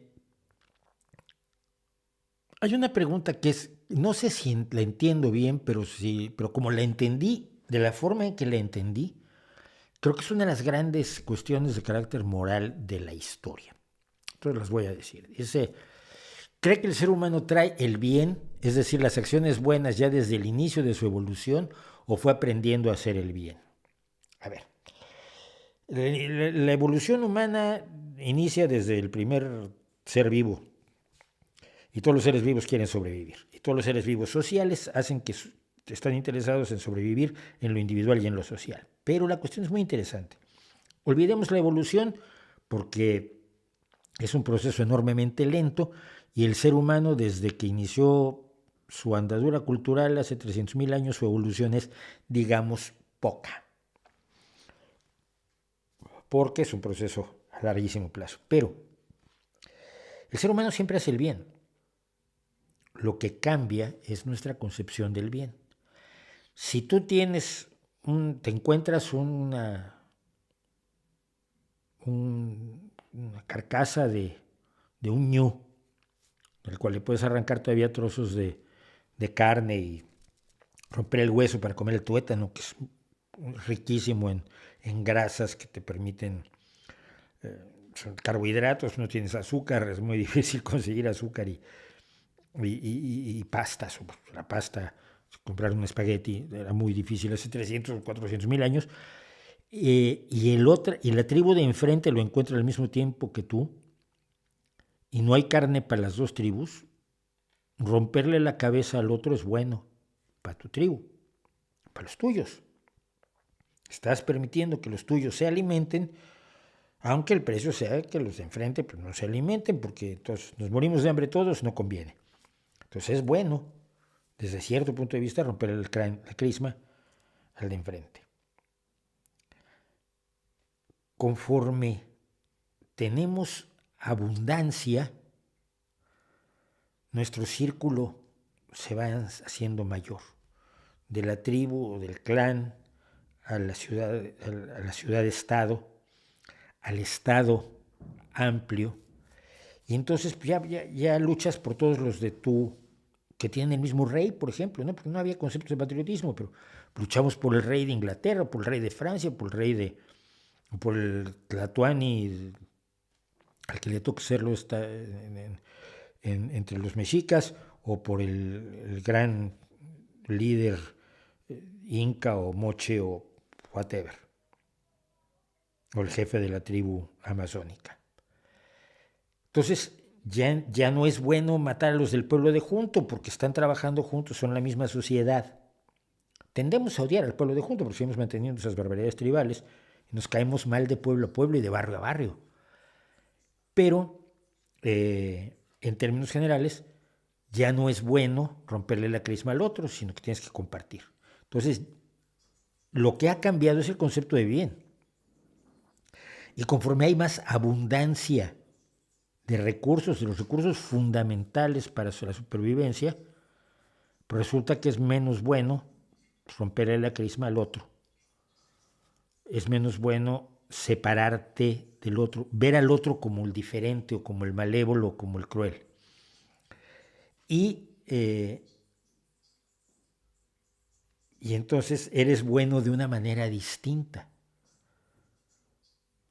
Burlarse del diferente y atacar al diferente era una forma de reafirmar la consolidación de la sociedad que tenías tú como la que te daba la supervivencia inmediata, la que te exigía la solidaridad inmediata.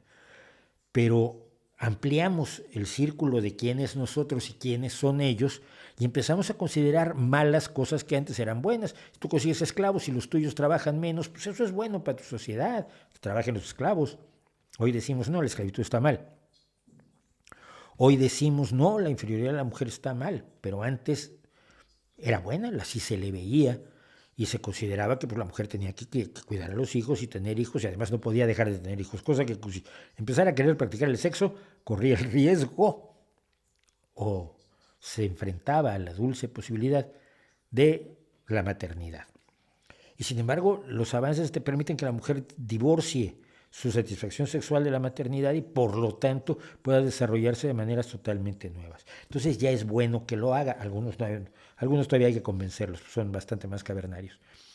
Entonces lo que ha cambiado es qué es lo que consideramos correcto y ha tenido que ver con nuestro conocimiento, con nuestro desarrollo social, con nuestra capacidad de tener recursos abundantes. Recursos abundantes de ropa, de comida, de satisfactores de todo tipo. Y eso ha hecho evolucionar la moral, creo yo. Y me parece enormemente interesante porque rompe con la idea de que el ser humano se ha ido haciendo mejor. No, el ser humano ha tratado siempre de ser exactamente lo mismo. Sobrevivir como individuo y sobrevivir con su sociedad. Lo que ha cambiado es nuestro concepto del individuo, nuestro concepto de la sociedad, nuestra responsabilidad ante otros individuos, nuestra responsabilidad ante otras sociedades, cuando descubres, oh sorpresa, que no son tan distintas a la tuya.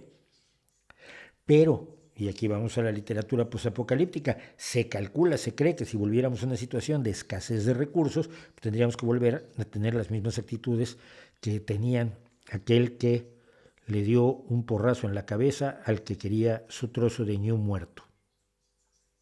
Fue una idea interesante, sin duda alguna. La comunidad de la Nueva Jerusalén no creo que sea mucho interesante. Un mexicano en Freiburg, Alemania, bueno, desde Colombia. En 2 horas me termino, no por Dios, dice Carolina Infante, me ha gustado mucho, ya luego me iniciaré a la izquierda Feng Shui, consiguió impresa en Amazon, cito bien, en Amazon.com había 26 ejemplares la última vez que yo vi, porque los que tenía la editorial ya se picaron, ya se convirtieron en pulpa para hacer otros libros. Entonces, la diferencia entre moral y ética, no lo sé, es pregúntale a un filósofo. Tampoco saben, pero de ellos sí te responden. Se supone que la moral es la de una sociedad y la ética es más profunda o más general, pero no estoy tan seguro de ello. Como no han podido resolver un solo problema ético los filósofos, siempre te ponen dilemas éticos que no tienen solución y creen que con eso avanzan. A mí se me hace muy raro.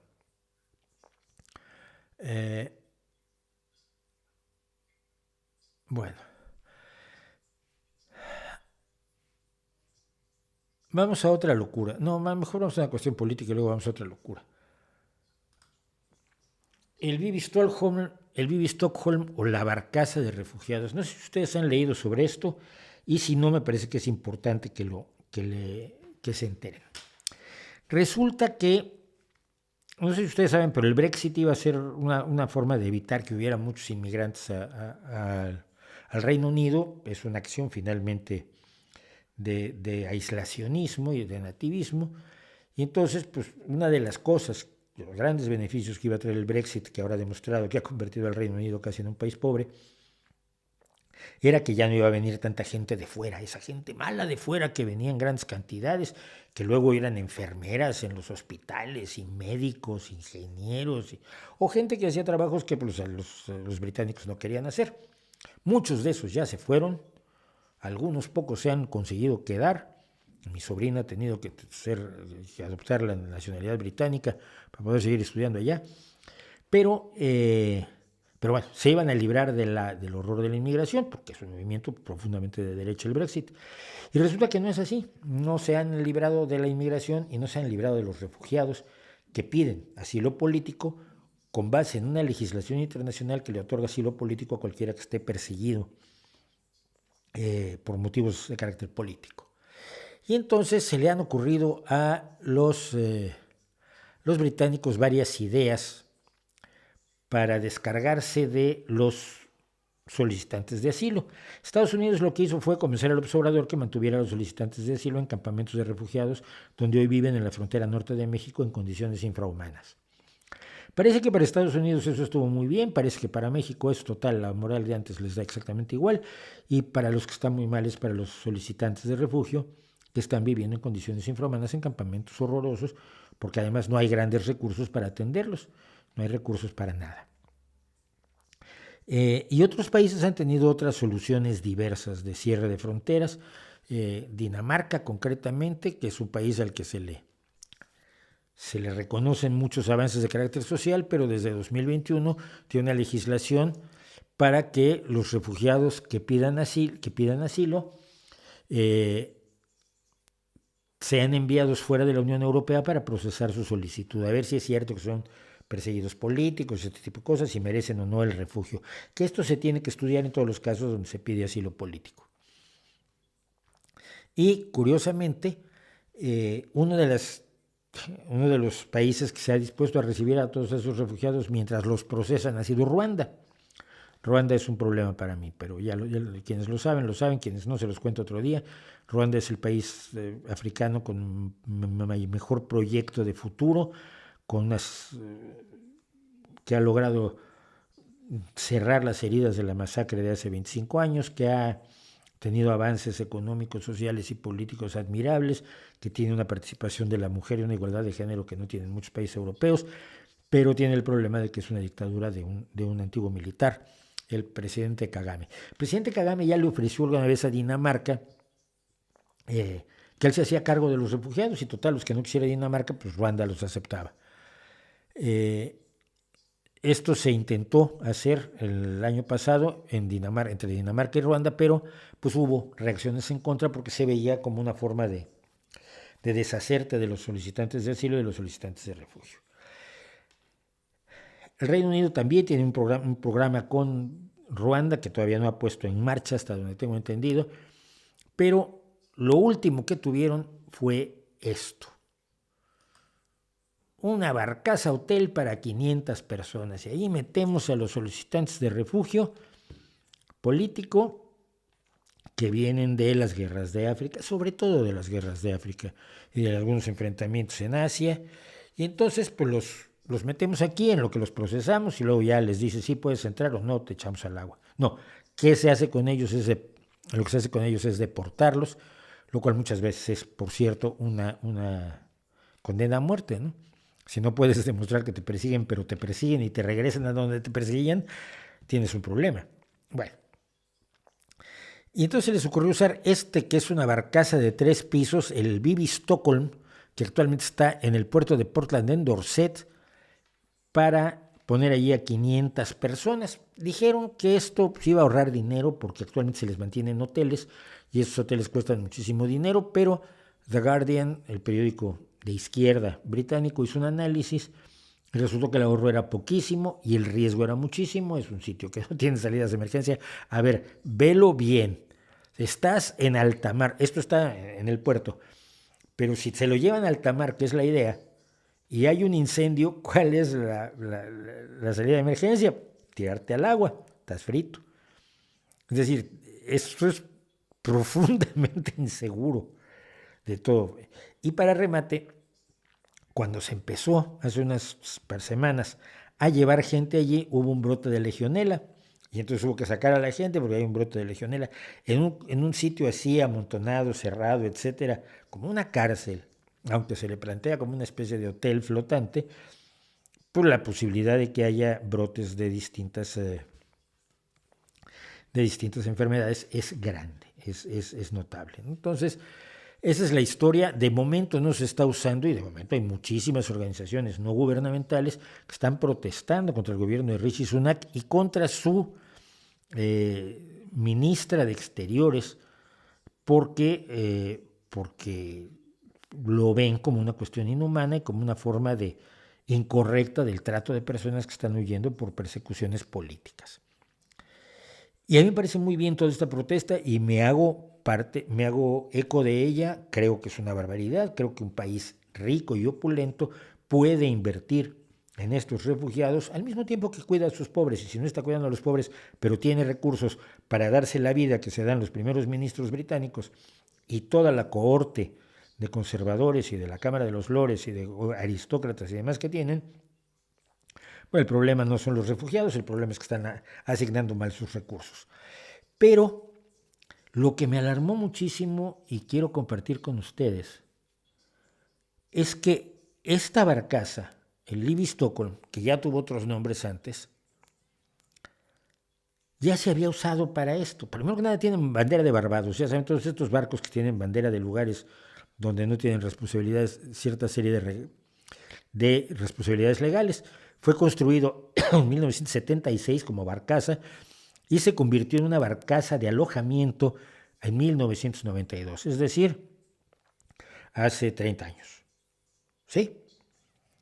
De 1994 al 98 fue utilizado para darle casa a los sin hogar y a algunos solicitantes de asilo en Hamburgo, Alemania. Obviamente no lo habían llevado a alta mar, estaba en puerto, pero desde 1994 se le usa para alojar a solicitantes de asilo en Alemania y no nos enteramos, porque si nos enteramos hubiéramos protestado, yo creo yo. En 2005 fue utilizado por los Países Bajos para detener a los solicitantes de asilo en Rotterdam. Después de que eso no funcionó, en 2013 la barcaza fue usada por Petrofac como alojamiento para trabajadores de construcción en la planta de gas de Shetland en el Reino Unido y tuvo gravísimos problemas por el maltrato que se les daba a los trabajadores viviendo en estas condiciones. Y en abril de 2023, apenas este año, el gobierno del Reino Unido anunció los planes para usarla para alojar a los buscadores de asilo, porque sería más conveniente para los contribuyentes. Los conservadores siempre se preocupan por los contribuyentes para bajar, pero luego se preocupan solo por los contribuyentes más ricos. Pero que sería más barato, decíamos, que mantenerlos en hoteles.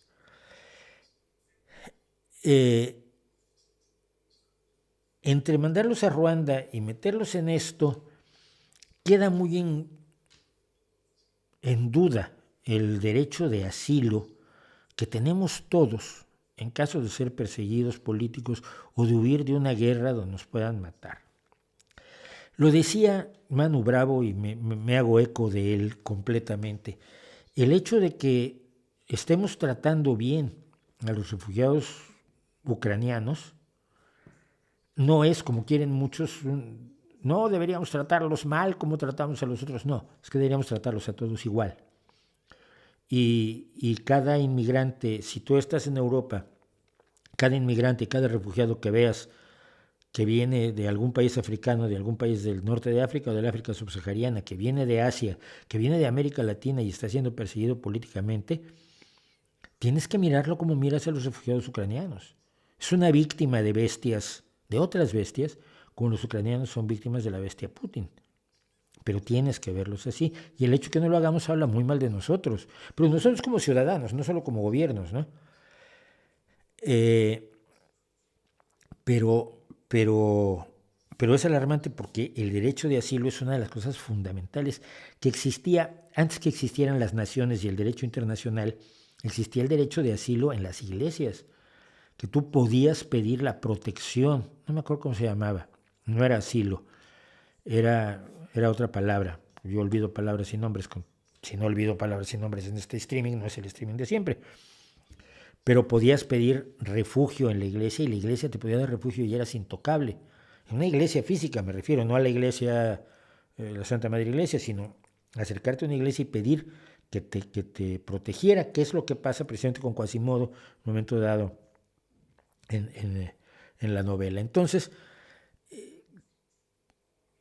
violentar el derecho de asilo convirtiendo a los solicitantes de asilo y a los refugiados a una especie de parias sociales que puedes encerrar en una ratonera flotante como esta, a mí me parece gravísimo, pero me parece mucho más grave que haya pasado anteriormente y que no lo hayamos visto, que no lo hayamos tenido la oportunidad de protestar por ello y de negarnos. Como decía yo, el alto comisionado de los derechos humanos, el alto comisionado de los derechos humanos para los refugiados, se ha opuesto a esta política, considera que es ilegal, prejuiciosa y poco práctica.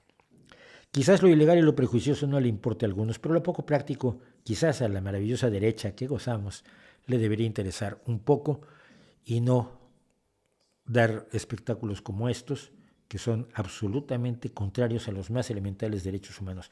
Porque no te olvides que en tu cómodo país mañana puedes ser tú el que esté en alguna embajada o en alguna frontera o entrando ilegalmente a un país pidiendo refugio.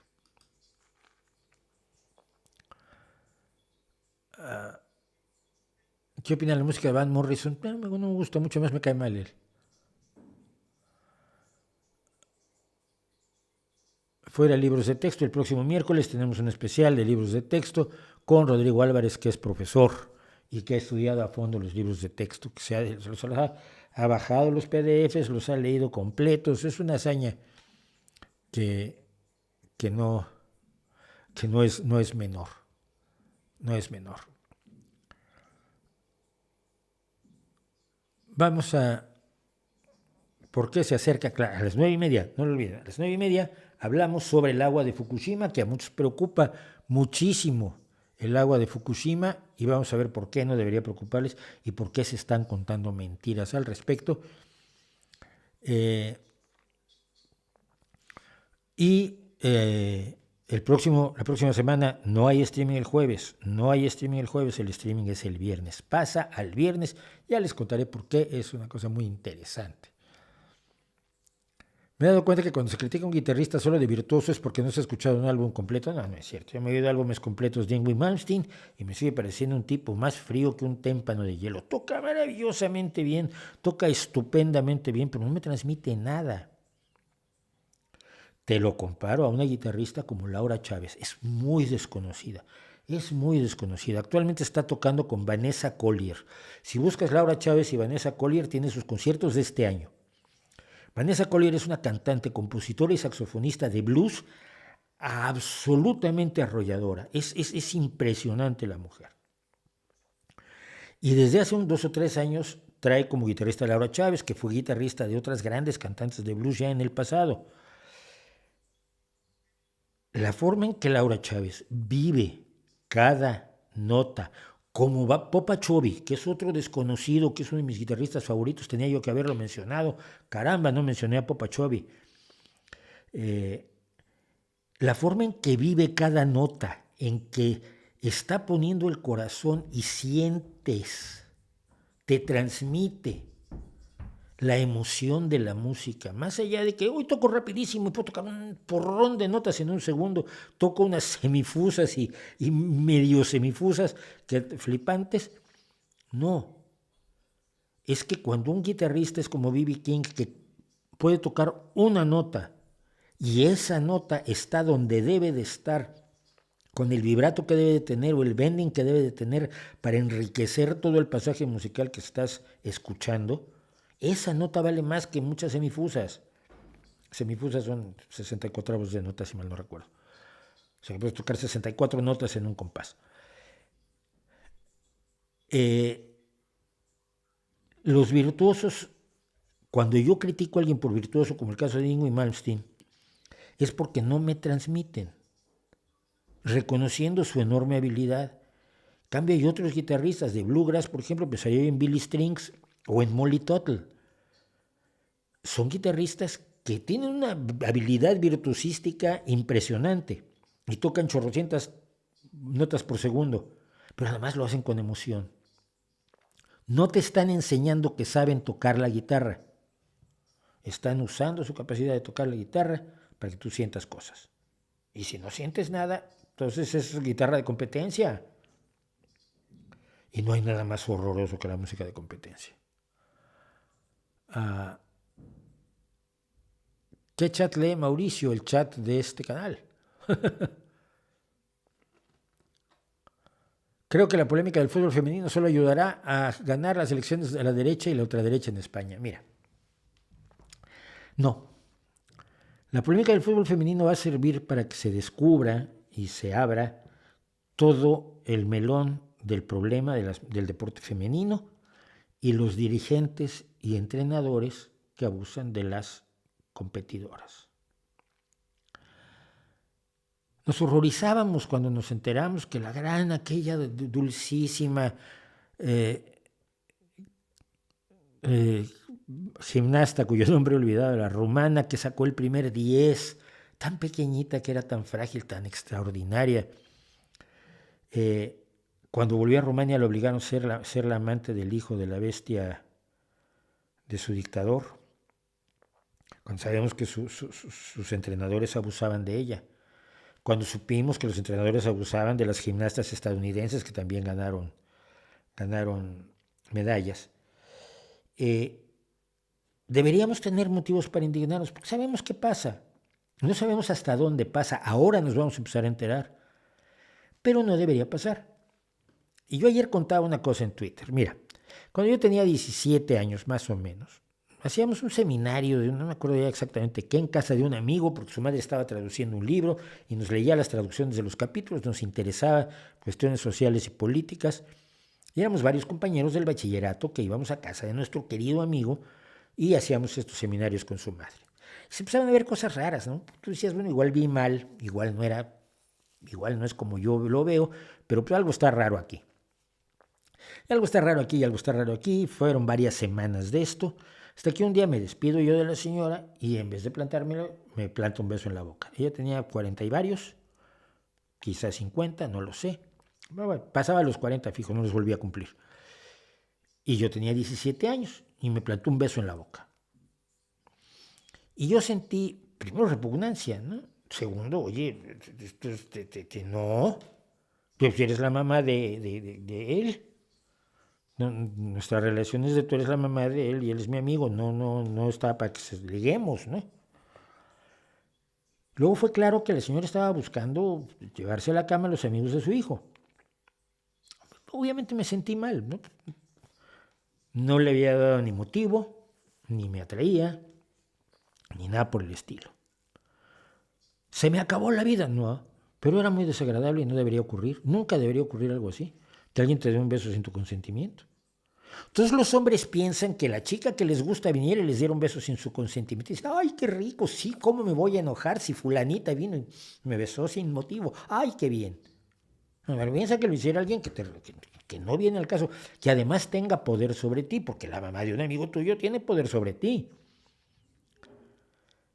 No le puedes dar una hostia como algunos. Ay, ¿por qué Jenny no le pegó a Rubiales? Pues, hijo, es su jefe, es un momento emocionante, está frente a todo el mundo. ¿Cómo crees que va a hacer eso? Pues es como cuando yo saludo a Fidel Castro, pero lo saludé porque no le voy a dar una patada, no va a causar un incidente diplomático.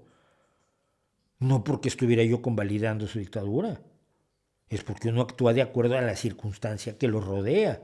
Es el caso de esta niña, que no le hizo lo más marro del mundo, no la violó, no la destrozó la vida, no, pero hizo algo que no debía hacer, man.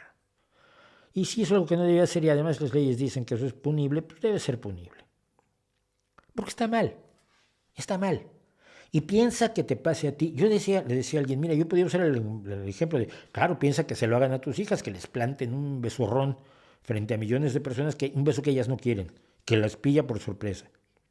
¿Te desagradaría? Sí, pero piensa que te pasa a ti. Que a los hombres también les pasa ahora. Y aquí viene lo más importante. A los hombres nos pasa pocas veces. A las mujeres les pasa muchas veces. A todas les ha pasado algo así. Que la toquen, que la besen, que la manoseen. A los hombres nos pasa poco, pero cuando nos pasa es desagradable. Es muy desagradable. Ahora pregúntate por qué les pasa más a las mujeres. Y eso te va a explicar por qué es necesario que deje de pasarles. como no debería pasarle a nadie. Es así de sencillo. Politizarlo es idiota. Y estoy en contra de quienes lo politizan como, ay, esto es el gran logro de Irene Montero, ni de lejos. Porque cuando pudo legislar esto Irene Montero, lo legisló mal y las consecuencias están allí. Pero es algo que no debe ocurrir. Es así de sencillo. A ver, por favor, mi hijo tiene 14 años. Y a la luz de este escándalo, el otro día comiendo, le digo, a ver, Omar, ¿cuándo puedes besar a una chica? Cuando los dos quieren. Es tan difícil, es tan encabronadamente difícil ese concepto de que se besa a la gente cuando los dos quieren y si no, no. ¡Ay, la ultraderecha! Por favor. Por favor.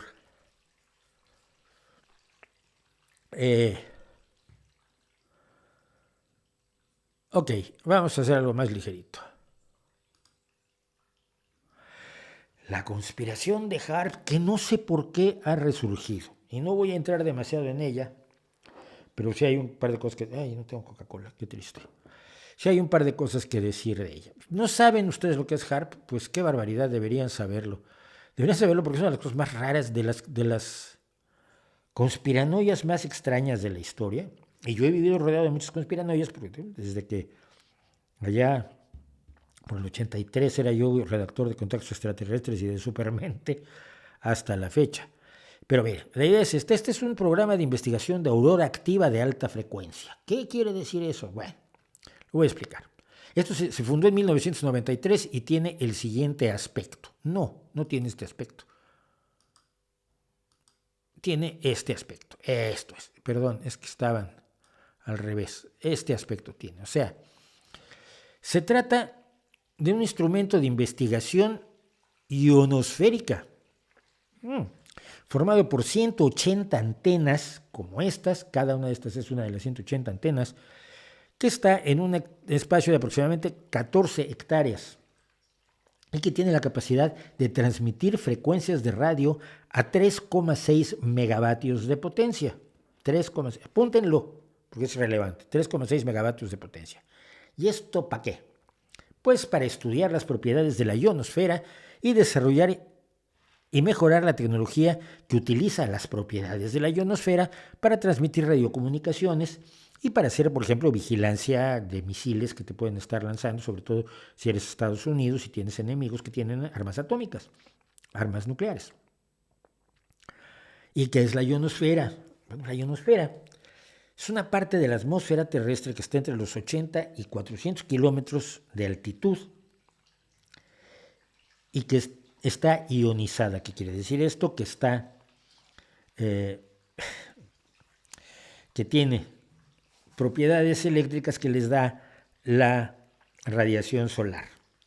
Está ionizada, tiene una carga eléctrica debida a la radiación solar. Y esta esfera ionizada de nuestra atmósfera es la que refleja las ondas de radio. A la gente se ha preguntado siempre cómo es posible que en la noche, antes cuando había radioaficionados, todavía los hay, una persona en México pudiera hablar con otra en Japón. Si las ondas de radio avanzan en línea recta, como toda la luz, como todas las radiaciones electromagnéticas avanzan en línea recta, ¿cómo es posible que llegue a Japón si la Tierra es curva? Si no eres terraplanista, eres tonto. Si eres terraplanista y eres tonto, te parecerá muy fácil, pero en la vida real, como hay una curvatura terrestre, las ondas de televisión, por ejemplo, salen. Tú no puedes recibir la televisión de Inglaterra, pues sí puedes recibir su radio. Porque las ondas de radio rebotan, se reflejan como un espejo, se reflejan en la ionosfera.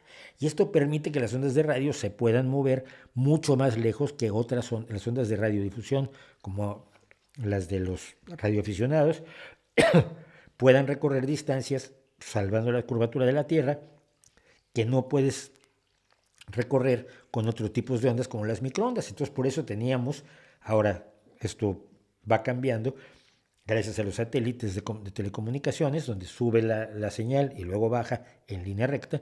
Antes teníamos repetidoras de microondas, antenas repetidoras que se ponían en lugares altos para que las ondas de televisión fueran repetidas y pudieras tú transmitir desde un lugar hasta lugares muy lejos. La radiodifusión, en lugar de usar antenas, usa la ionosfera. Bien, pues el instrumento de investigación ionosférica que ustedes están viendo ahora es un transmisor de alta frecuencia que se emplea para modificar las propiedades electromagnéticas en una pequeña zona de la ionosfera. Calentar la ionosfera se llama. Esto pasa exactamente arriba de donde están estas antenas. No va para todo el mundo porque no está diseñado para eso, está diseñado para solamente dirigir toda su potencia, decíamos 3,6 megavatios de potencia, hacia la ionosfera directamente encima de estas antenas para poder registrar cómo se altera la ionosfera con estas modificaciones. Los cambios en esa zona modificada son analizados mediante muchos instrumentos como radares en las bandas de radiofrecuencia, de frecuencia ultraalta, frecuencia muy alta, sondeo digital y magnetómetros que miden la radiación, la atracción magnética que tiene la ionosfera. Bueno, esto, desde fines de los 90, se dice que puede alterar el clima. En todo el mundo, no solo eso, puede provocar que entren en actividad volcanes, puede provocar terremotos y tsunamis y puede derretirle los helados a los niños también, creo, o algo así. Es decir, esta cosa con 3,6 megavatios de potencia se presenta como un arma. ¿A quién se le ocurrió eso y de dónde? No lo he podido averiguar. Pero se presenta como un arma de una capacidad absolutamente monstruosa, con la cual los Estados Unidos están, por supuesto, controlando el mundo. Ajá, porque está situado, por supuesto, en Estados Unidos, en concreto en Alaska. Y entonces con esto se provocó el terremoto de Haití, con esto se provocan huracanes y con esto se provocan volcanes. Y bueno, todo está bajo control de estas 180 antenitas. ¿Cómo lo hace? Pues no se sabe, porque nada con 3,6 megavatios de potencia puede afectar ni a la corteza terrestre, ni al clima, ni a nada, porque es muy poquito. A nosotros nos parece mucho, 3,6 megavatios, pero es poquito para lo que es toda la atmósfera terrestre y controlar toda la atmósfera terrestre desde allí sin siquiera inclinar las antenas para dirigirlas a Australia. No estaría prácticamente al otro lado del mundo. No. Pero lo que sí descubrí es que en 2002 el tema fue manejado por la Duma en Rusia. La Duma es el Congreso ruso, la Duma estatal, que elaboró un comunicado de prensa sobre el programa HARP, escrita por sus comités de defensa y asuntos internacionales, firmada por 90 representantes o diputados de la Duma estatal y presentada al entonces presidente y todavía presidente Vladimir Putin, que dice: los Estados Unidos están creando nuevas armas integrales de carácter geofísico que puede influir en la troposfera con ondas de radio de baja frecuencia. Esto no significa nada, pero suena. Es como la sanación cuántica de Deepak Chopra. La importancia de este salto cualitativo es comparable a la transición de las armas blancas a las armas de fuego. O de las armas convencionales a las armas nucleares. Este nuevo tipo de armas difiere de las de cualquier otro tipo conocido en que la troposfera y sus componentes se convierten en objetos sobre los cuales se puede influir. ¿Y esto se demuestra? No se demuestra. Pero le dio un empujón a los conspiranoicos. Les dio alas, les dio ánimos. Mira, los rusos han descubierto que esto es un arma. Pues ahora con ustedes, otras dos armas. El arma de arriba es ni más ni menos que la Sura. La instalación de calefacción ionosférica Sura de 1981, 12 años antes que el HARP de los Estados Unidos, centro de investigación de la ionosfera situado cerca del pequeño pueblo de Vasilisursk, 100 kilómetros al este de Nizhny Novgorod, en Rusia. O sea, Rusia tiene su HARP. Es el de aquí arriba. No el de abajo, el de arriba, porque luego vamos al de abajo. El Sura Tiene una potencia de 190 megavatios. A ver, espera. 3,6 megavatios, 190 megavatios. O sea que es un arma mucho más poderosa. Uy, ¿por qué los conspiranoicos no hablan de cómo Rusia está alterando el clima? A lo mejor los volcanes estallan por culpa del Sura, o se hacen los terremotos o los huracanes. Bueno, porque no tienen idea, porque todo esto es un producto de una ignorancia arrolladora manejada como conocimiento. Desde 1981, Sura está funcionando y está haciendo lo mismo que el HARP, calentar un trozo de la ionosfera, ver cómo se altera la ionosfera y así mejorar sus transmisiones de radio. Y su vigilancia aérea de posibles ataques de misiles de los Estados Unidos, porque tienen un enemigo que tiene armas nucleares, igual que Estados Unidos. Pero, antes que todos ellos, abajo tenemos el ACECAT, de 1979, que es de la Unión Europea, que tiene un calentador ionosférico, que es lo que estamos viendo en la fotografía, en Noruega.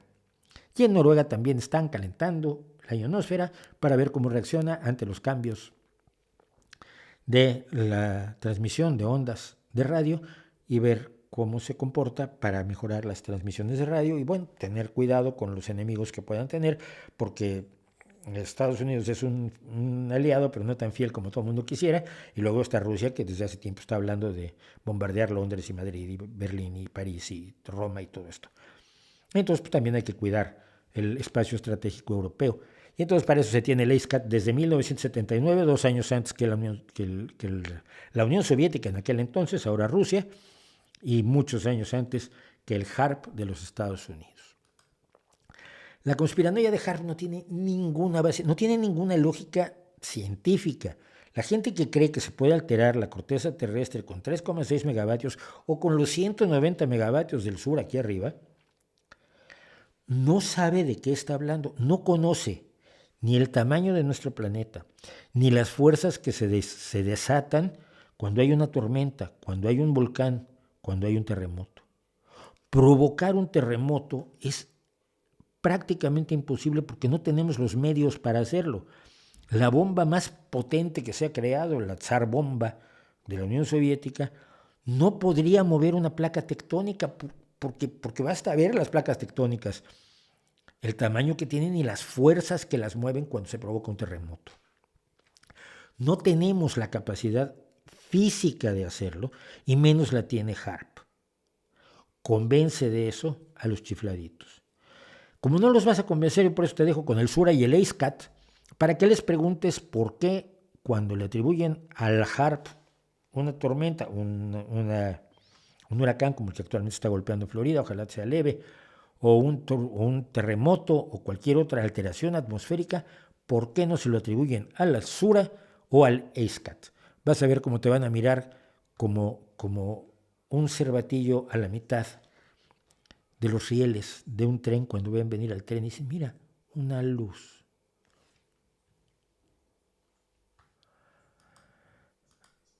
Por otro lado, tengo que reconocer que me gustan los tontos porque me divierten mucho, pero son peligrosos, son enormemente peligrosos. ¿Cuántos somos? 349 y hay 244 me gustas, o sea que todavía quedan 106, menos el 105 con el no me gusta. ¿Por qué les pido que pongan me gusta? ¿Porque mi ego se vuelve pletórico y desbordante? No. Esto es lo que usa YouTube para recomendar o no recomendar, no solo esta transmisión en concreto, sino todo el canal, todo lo que hacemos, todo el esfuerzo que hay. Todas las semanas preparo los temas del streaming.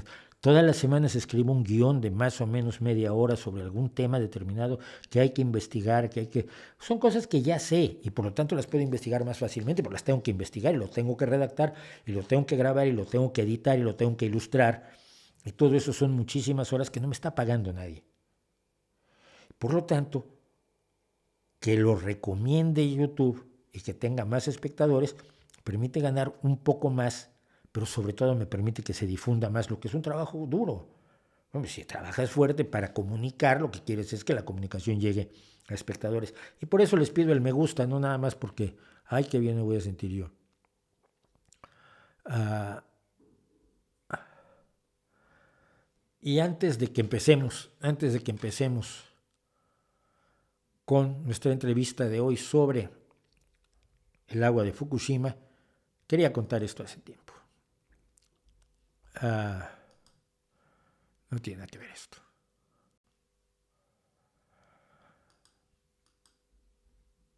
Este señor es un nazi de verdad.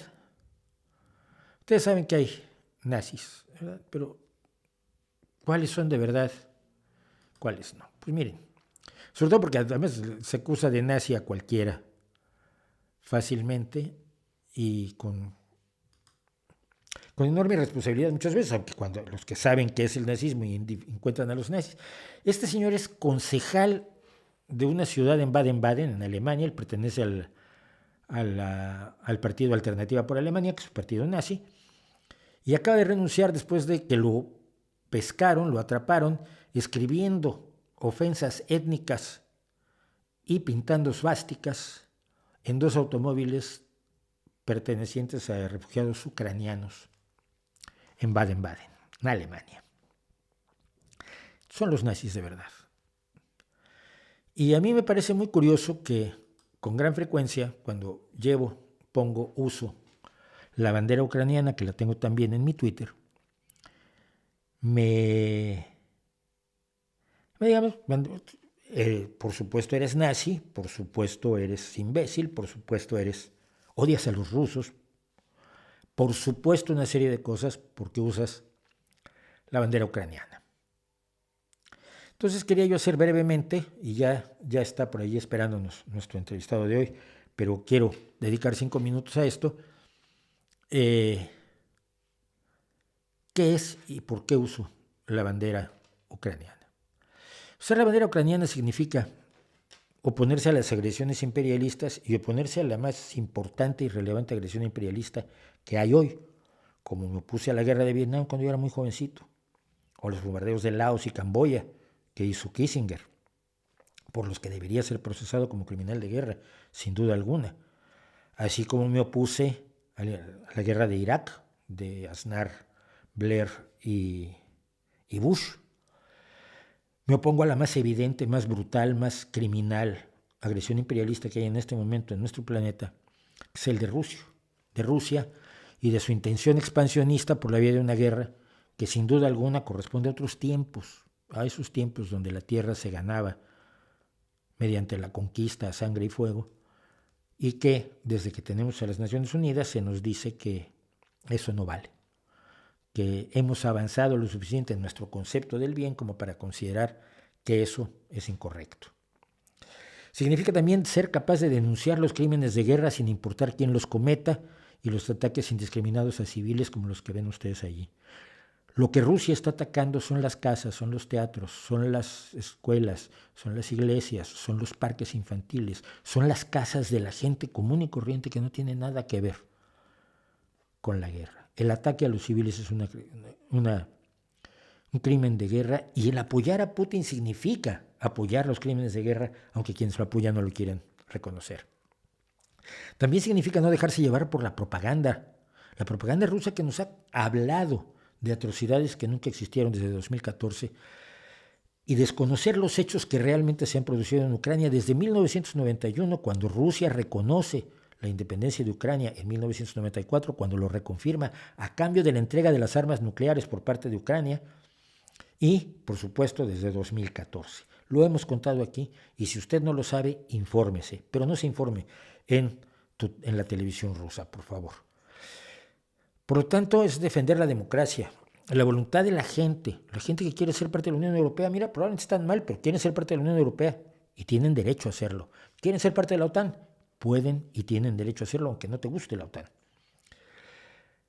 Defender la oposición al autoritarismo, a las dictaduras, a la falta de la libre expresión que no hay en Rusia ahora, a la falta de libertad de reunión, a la falta de libertad de pensamiento y a la falta de acción política, porque en 2024 vienen elecciones en Rusia y los rusos no van a poder elegir libremente y los políticos no van a poderse presentar libremente, incluso el más importante opositor, que es Navalny, que por cierto está a favor de la invasión. Usar la bandera de Ucrania es defender a los niños, a los ancianos, a las personas que no siendo combatientes están siendo masacrados todos los días. No hace un año, todos los días hay ataques contra civiles y hay que denunciar la complacencia de quienes creen que todo eso está justificado y lo defienden. También significa creer en Europa. Es un sueño de igualdad, un sueño de grandes federaciones que dejen atrás los odios nacionales, las ambiciones de dominio, el racismo, el odio al diferente y que puedan verse como los mismos, que es lo que está intentando el gran sueño europeo. Significa apoyar a quien no quiere ser invadido, que no quiere ser parte de su invasor, que se ha negado a rendirse cuando todo el mundo esperaba que se rindieran en cuestión de días, cuando mucho de semanas, y que ha demostrado a lo largo de año y medio que no se va a entregar, al cuchillo del invasor, que no se va a entregar a los asesinos, que va a luchar y apoyar a esa gente es lo menos que puede hacer cualquier ser humano bien nacido.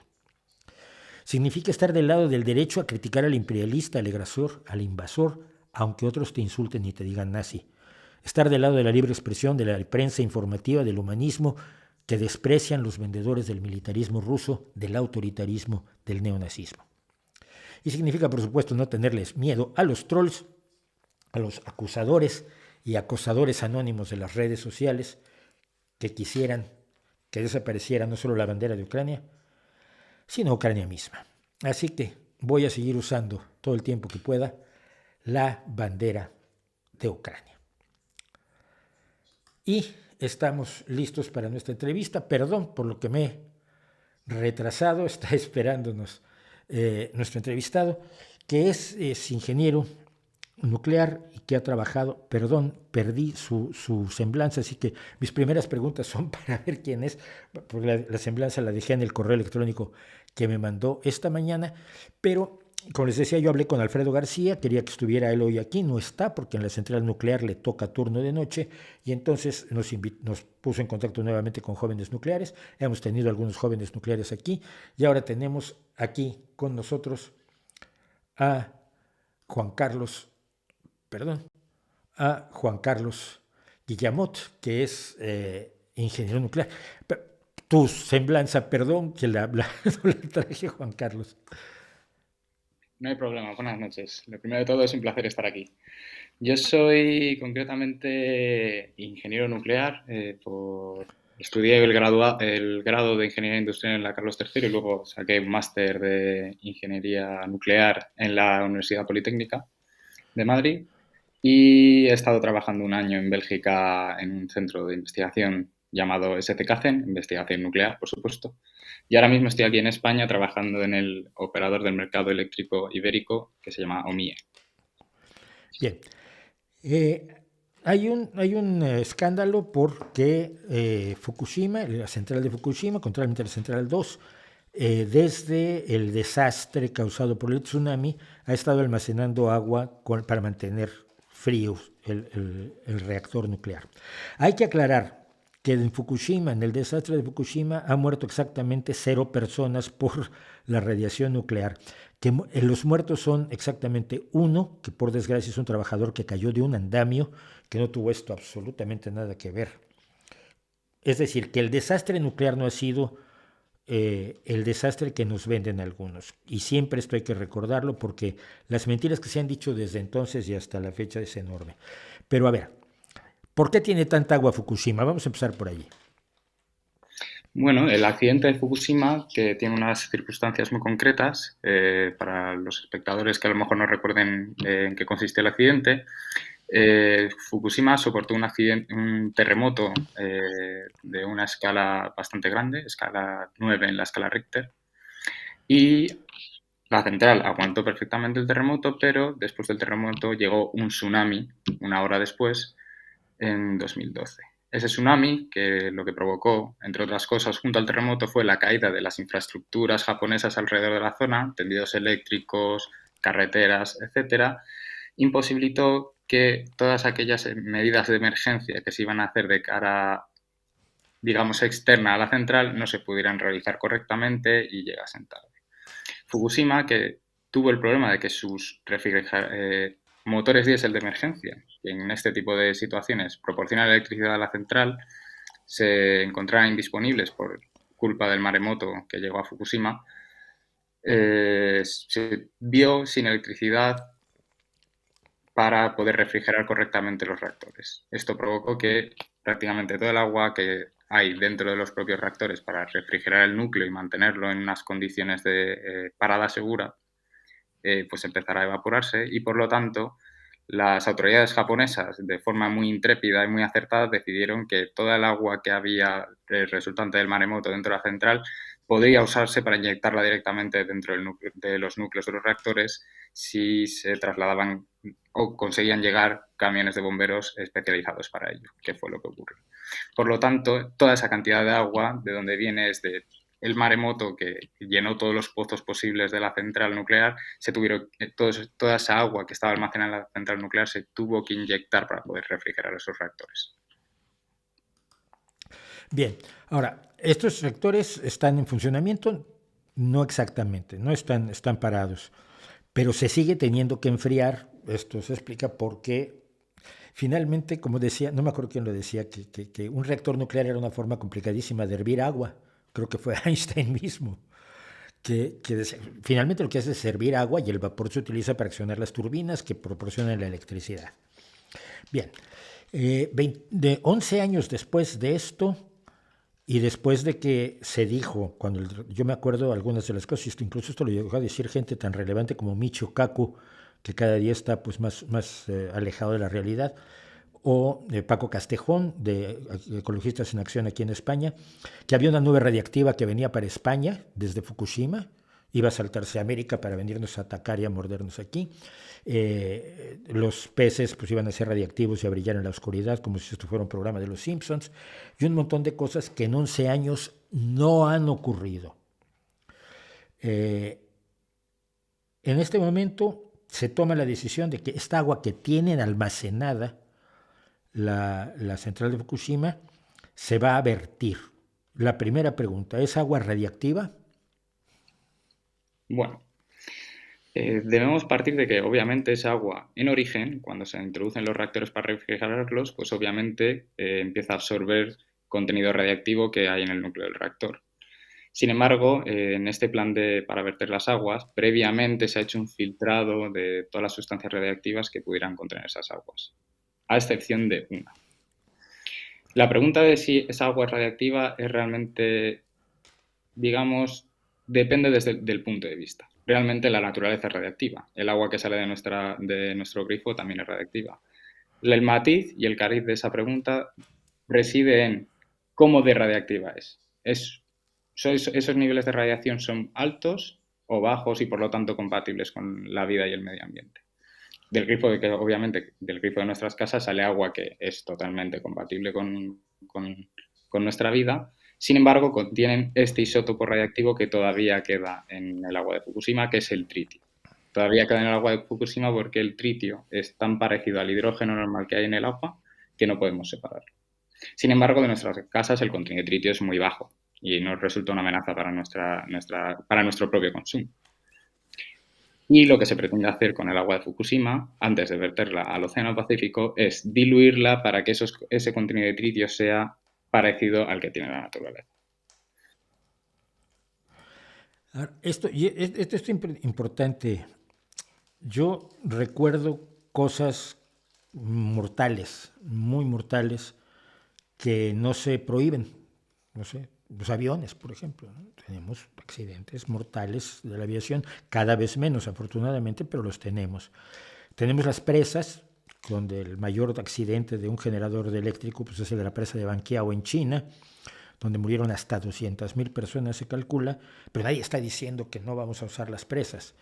Pero está todo el movimiento antinuclear. Pero dentro de ese movimiento antinuclear se generan miedos que son irracionales. Esto que dices de que todo es radiactivo, quizás es un paréntesis absurdo, pero les va a interesar a algunos europeos. Se ha descubierto, se creía que los jabalíes eran ligeramente radiactivos debido al desastre de Chernóbil, y el análisis de la radiactividad de los jabalíes silvestres que todavía quedan en Europa ha indicado que se debe a las pruebas nucleares que irresponsablemente se realizaron entre 1945 y los años 70, 80 todavía, ¿no? Entonces, pero todo es radiactivo y esto hay que recordarlo. Yo siempre, tú sabes, se puede medir en la radiactividad en plátanos, porque los plátanos son especialmente radiactivos, ¿no? Efectivamente, los plátanos contienen potasio 40, que es un isótopo que es radiactivo pero bueno, no supone tampoco ningún problema para la salud humana, por supuesto. Es que es un problema de dosis, como en absolutamente todo, ¿no? Pero el caso es, bueno, ¿cuánta agua se va a descargar? Si dices que no tiene ningún peligro, quizás los volúmenes de agua nos puedan ayudar a darnos una idea. ¿Cuánta agua se va a descargar en Fukushima? El volumen de agua en concreto no te lo puedo decir porque no conozco ese dato, pero te puedo aportar otro dato que nos puede orientar en este sentido, que es, si el Océano Pacífico de forma natural tiene 8.400 gramos de tritio, el vertido de tritio que se va a realizar es de 0,06 gramos de tritio anualmente. Ok. El tritio se degrada como todos los materiales radiactivos, ¿no? Efectivamente. Es decir, se convierte en hidrógeno.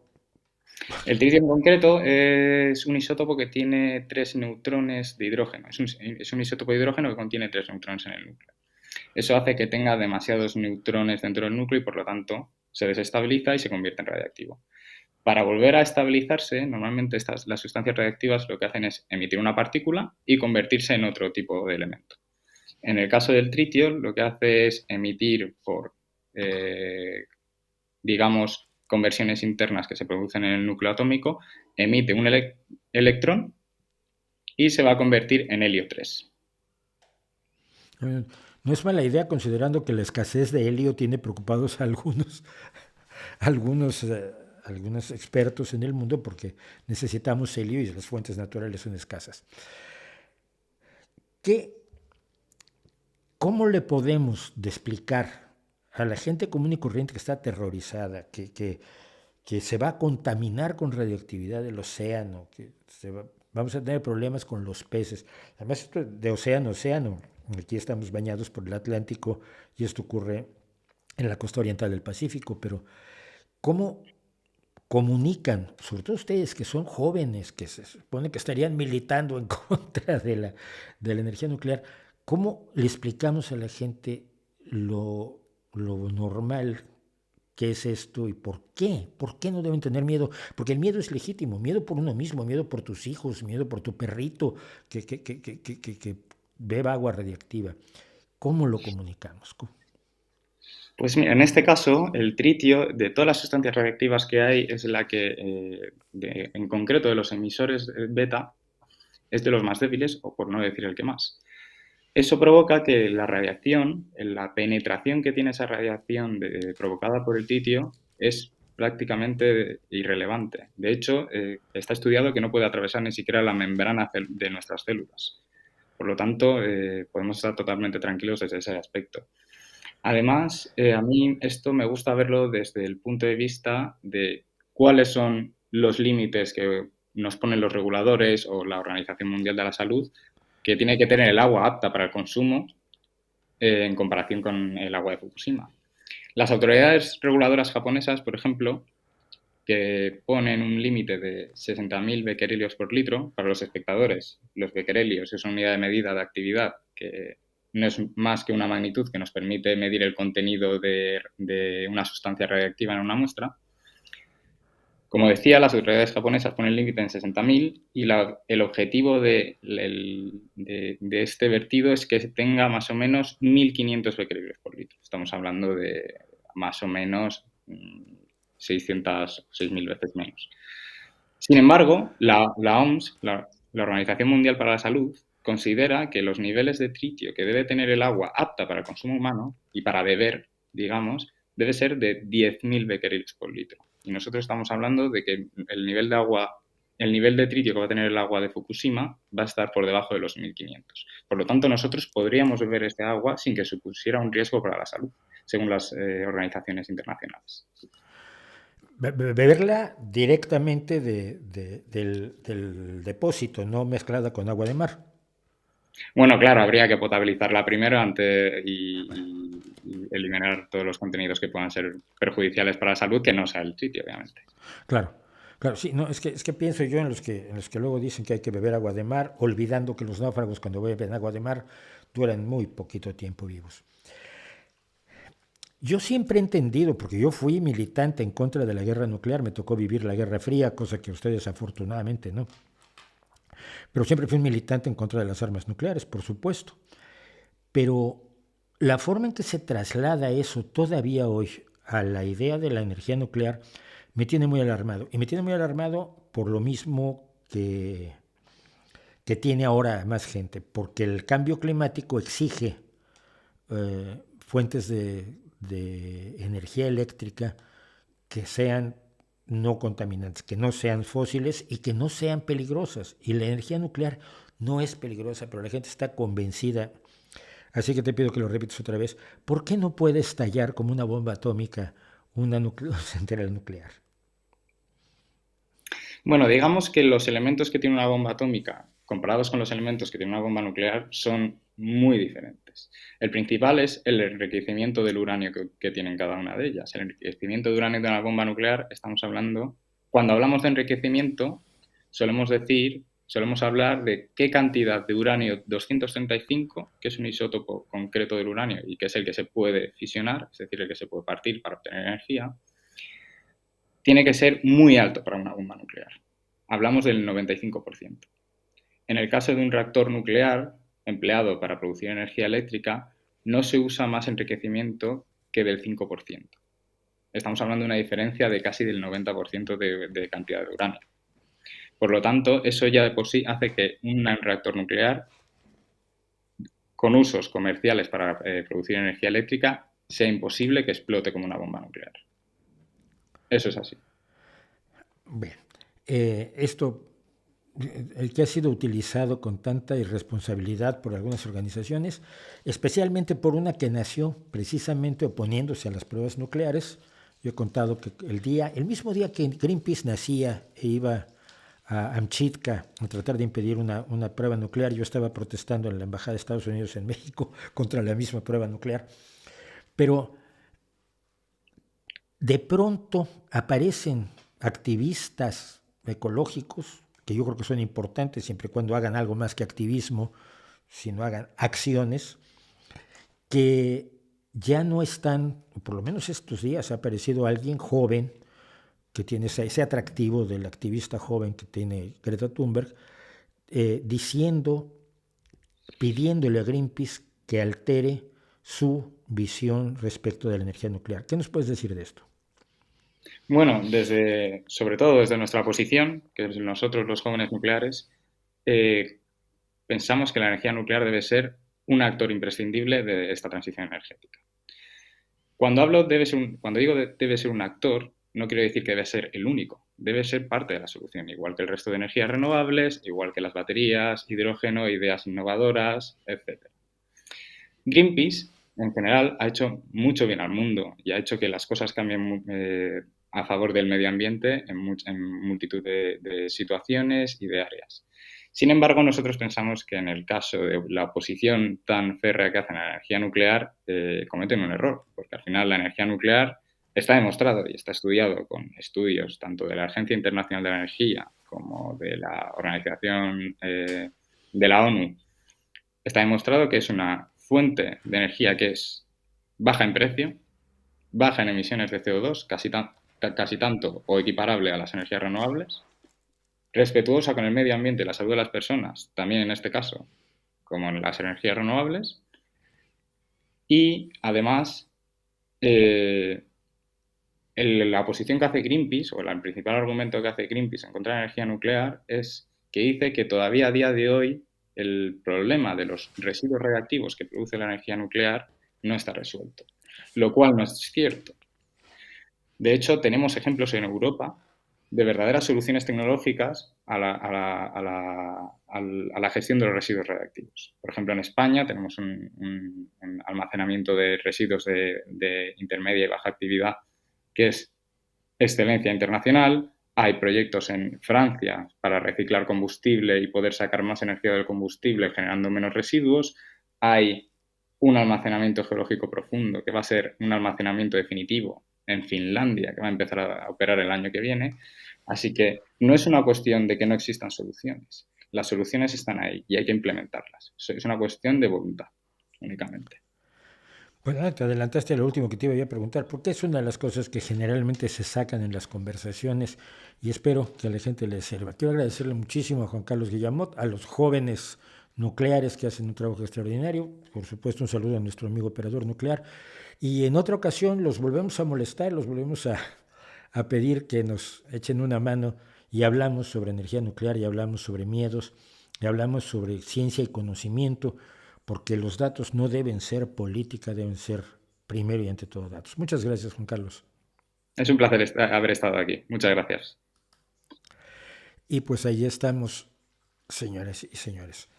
Esto es lo que pasa y me da pie para hablar de otra cosa, porque no es otra cosa, es la misma cosa.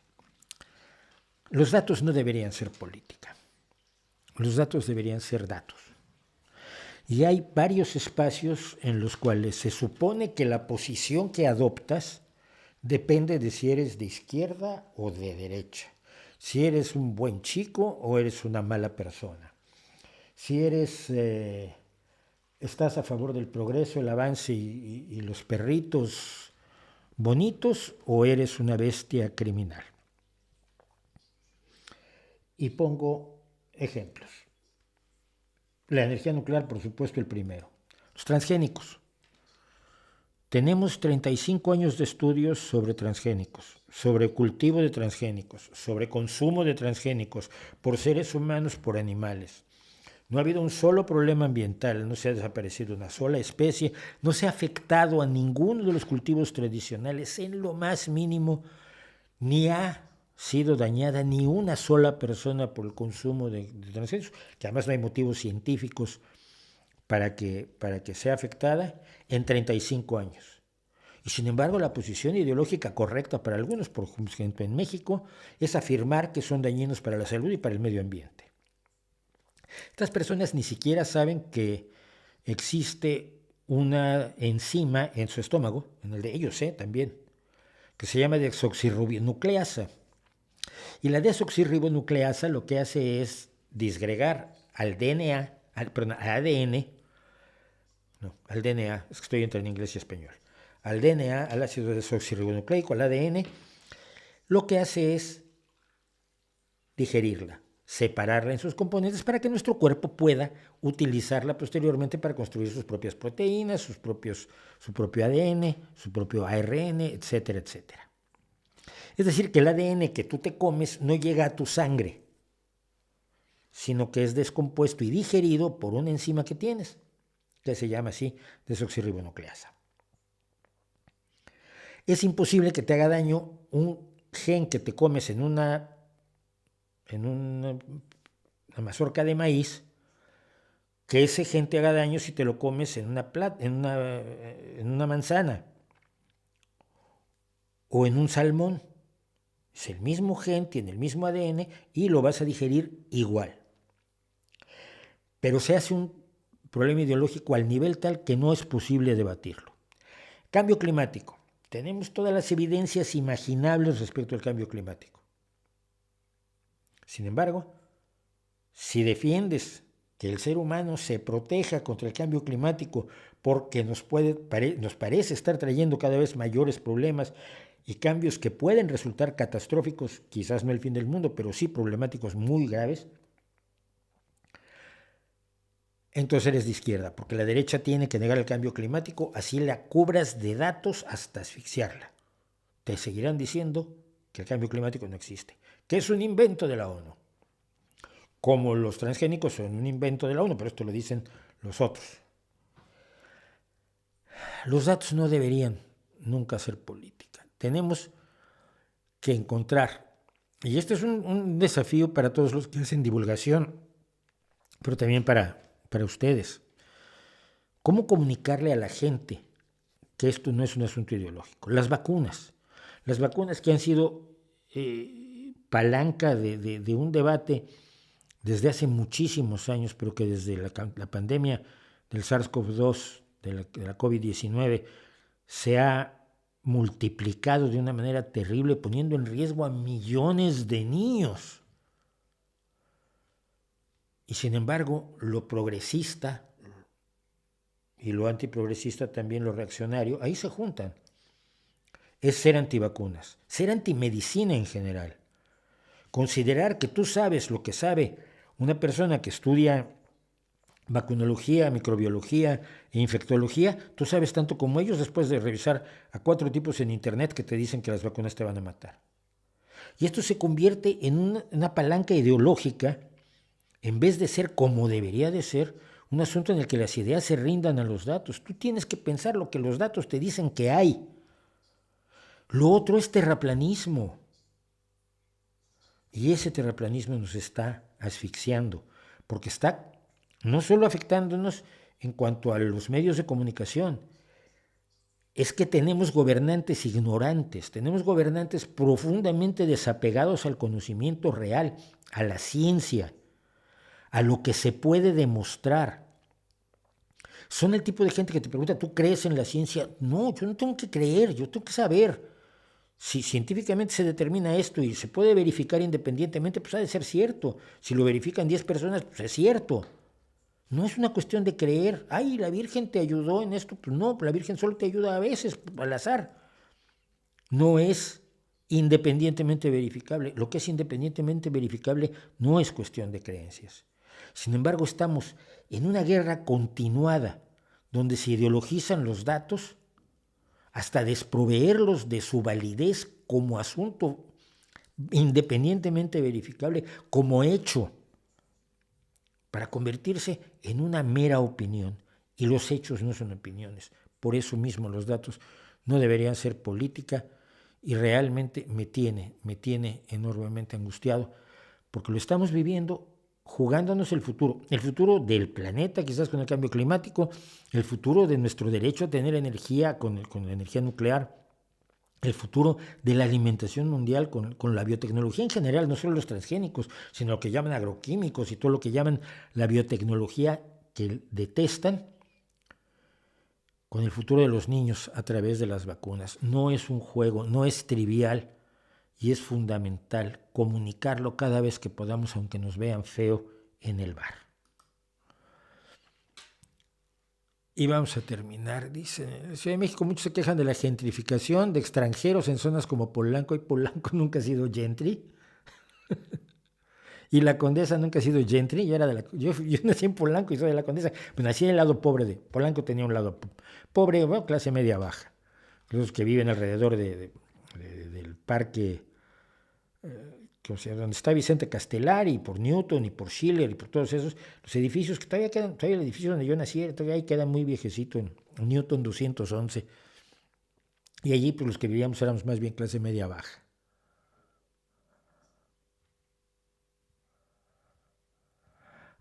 Bueno, ¿escuchaste a alguien? Bueno, no sé. ¿Qué piensa que López Obrador a los que mandan remesas les llama héroes? ¿Es manipulación? No, es desvergüenza. Es desvergüenza, mira. México empezó a expulsar migrantes, empezó a mandar migrantes en la Segunda Guerra Mundial, de manera, digamos, intensa, numéricamente relevante. En la Segunda Guerra Mundial, con el programa de Braceros, estaba destinado a sustituir los brazos de los obreros estadounidenses que se habían ido a pelear la guerra. Entonces, en la Segunda Guerra Mundial, los que movieron las fábricas y el campo en los Estados Unidos fueron los inmigrantes mexicanos, los braceros y las mujeres, que también llegaron incluso a jugar béisbol. Acuérdense de aquella película de Madonna, por cierto, donde la mejor actuación que ha hecho Madonna en su vida, de un equipo de béisbol femenino, porque todos los que podían, tenían capacidad de prestar servicio militar, pues lo estaban prestando en Estados Unidos. México sigue expulsando emigrantes, pero nunca en los números en que se dan después a partir de Echeverría, de las crisis económicas de Echeverría y López Portillo. Entonces la gente tiene que irse. tiene que irse a Estados Unidos. ¿Por qué? Bueno, porque el país no les está dando las oportunidades, las posibilidades necesarias para ganarse la vida y mantener a sus familias. Tú te ibas a Estados Unidos a trabajar de lo que fuera y a vivir de una manera extremadamente frugal. Primero que nada porque nadie te alquilaba una casa si no tenías papeles, sobre todo si ibas como inmigrante ilegal, pero sobre todo porque no puedes gastar en ti cuando tienes que mantener a tu familia. Y esto lo único que ha hecho es seguir creciendo conforme los sucesivos gobiernos destruyen el país de manera cada vez más notable. Salinas crea una industria maquiladora que al final no permite a las personas que trabajan en ella tener trabajos dignos que les permitan mantener una familia. Los sueldos de las maquiladoras habitualmente eran sueldos unipersonales, te podías mantener tú más o menos y poco más. Los sueldos antes daban para mantener una familia con 2 hijos, el trabajo de una persona. Cuando México no ha podido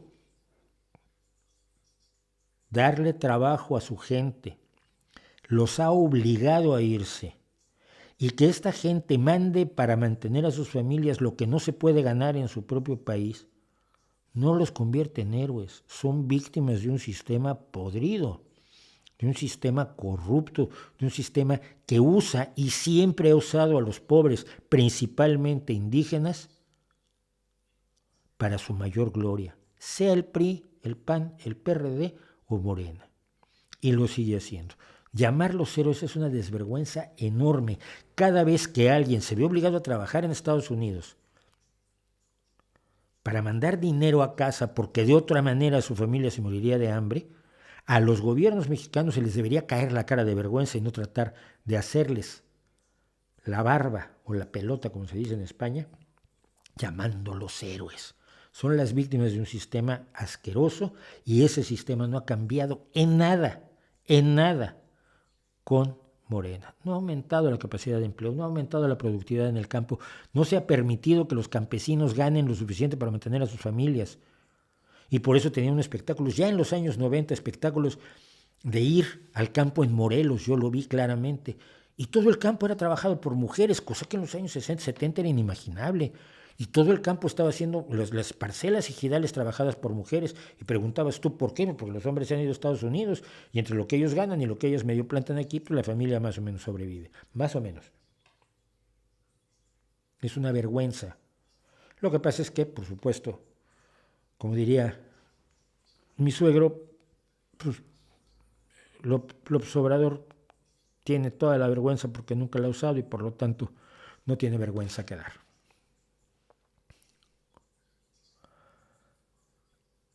¿Qué hacen en el entretiempo? Si se puede saber, mando mensajes, reviso chat, voy al baño, sirvo Coca-Cola, lo normal, lo mismo que hacen ustedes. Saludos al del no me gusta, 322 y 310 no me gustan, mira, vamos mejorando.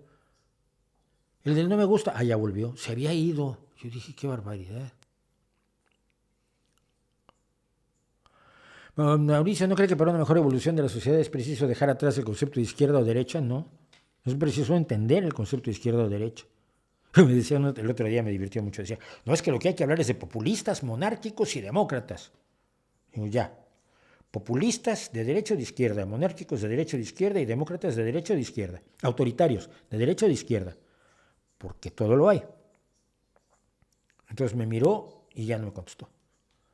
Eso de no hay izquierda y derecha es una tontería que solo puede decir o gente de derecha, que lo usan mucho, o gente que no sabe cuál es la diferencia entre izquierda y derecha y se cree lo que le puede contar Milei y Laje y Rayo. Y no, la situación es un poquito más complicada. ¿Cómo va la guerra en Ucrania? Avanzando Ucrania lentamente, la contraofensiva de primavera fue mucho más lenta de lo que se esperaba, pero la captura de Robotine el día de ayer augura buenas noticias. Durante el corte podrías poner un video de cosas que sabemos, duran 6 o 7 minutos. Sí, efectivamente es lo que duran, porque era cuartilla y media, 2.800 caracteres para el periódico. Con ello evitamos que algunos salgan de la transmisión, pero el corte se vuelve de 6 o 7 minutos, y generalmente es de 2 o 3, pero igual tienes razón, Úrsula 100 años. ¿Dónde está Macondo? Probablemente lo voy a tener en cuenta. Dice, estaría genial un a fondo de la historia de los perros. Esto lo hice ya en el periódico alguna vez, no sé si da para todo, pero sí es bonita, es una bonita idea, porque siempre me ha fascinado la idea que tuvo algún investigador de que nosotros convertimos al lobo en perro y el perro nos convirtió a nosotros en humanos. Es decir, el hombre cazador, el cazador recolector, según algunos estudiosos sería imposible sin los perros. Y es que los lobos tienen la misma estrategia para cazar que el ser humano. Es decir, nosotros sprintando somos malísimos, por eso no somos guepardos, pero somos buenísimos en las carreras de fondo, por eso podemos hacer maratones y ultramaratones. Entonces la estrategia de cacería del humano primitivo, del humano originario, es perseguir a la presa hasta reventarla, y una vez que se cansó, la matas.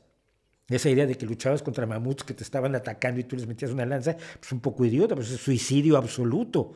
No, se trataba de reventar, agotar a las presas y luego ya las podías matar con más tranquilidad. Y es la misma estrategia que usan en gran medida las manadas de lobos, por eso se relevan. Entonces el hombre con sus perros es un cazador eficiente, sin sus perros no lo es tanto. Y te lo dicen las comunidades de cazadores recolectores que todavía existen en la actualidad. Todos tienen a sus perros. Entonces, ¿hasta qué punto el perro nos hizo humanos a nosotros? Es una gran pregunta. Yo, por supuesto, creo que yo no puedo vivir sin perro. Quiero a los perros enormemente. Y probablemente la idea es buena. Voy a pensarlos. Dice que el dominio de la guitarra de Laura Chávez es maravilloso. Sí, y trae una Fender roja toda destruida, toda con la laca arrancada. Pues se la regaló a alguien un día que la oyó y le dijo, ¿y tú no tienes una Fender? Y él le dijo, pues con que la compro, hijo mío. Y le dijo, toma esta. Y le dio la Fender roja que trae. Rock y metal japonés, no, porque no lo entiendo, soy muy de letras. Satriani no me gusta tanto. No me gusta tanto Satriani. O sea, vamos, me gusta, pero no lo pondría yo como uno de mis guitarristas favoritos. Me van a matar, pero es que Dani Villarreal y su capacidad para tocar primera guitarra al mismo tiempo que canta a mí me impresiona enormemente. Y sus riffs son deliciosos. Y riffs memorables es lo que crea un gran guitarrista. Pues a lo mejor tenía yo que haber mencionado, aparte de Popa Chovi, a Dani Villarreal. Mucha gente emigra para delinquir. No es mucha, son muy poquitos. Mira, está demostrado, todos los estudios sociológicos que quieras, los inmigrantes a un país no delinquen más que los nacionales. Aunque estén perseguidos, aunque sean ilegales, aunque vivan en condiciones de una marginalidad y una exclusión horrorosas, no delinquen más que la población local. Es un mito de la derechona. Es un mito bien conveniente. ¿Por qué? Porque cuando alguien de tu pueblo asalta a otro, no sale que es de tu pueblo. Pero cuando un inmigrante asalta a otro, sale que es inmigrante. Un chico de Marruecos robó un bolso. Ya, y 25 chicos madrileños lo hicieron, pues no pusiste un chico madrileño robó un bolso. Destacamos lo diferente y dejamos la impresión de que delinquen más. Pero los estudios te dicen que no. En ningún lugar del mundo, ningún grupo migrante se ha demostrado que efectivamente delinca más y que se emigran para delinquir. Sí, hombre, te pagas un avión de El Salvador o de Colombia a Madrid para ir a robar bolsos a Madrid. No juegues. Es que es totalmente absurdo.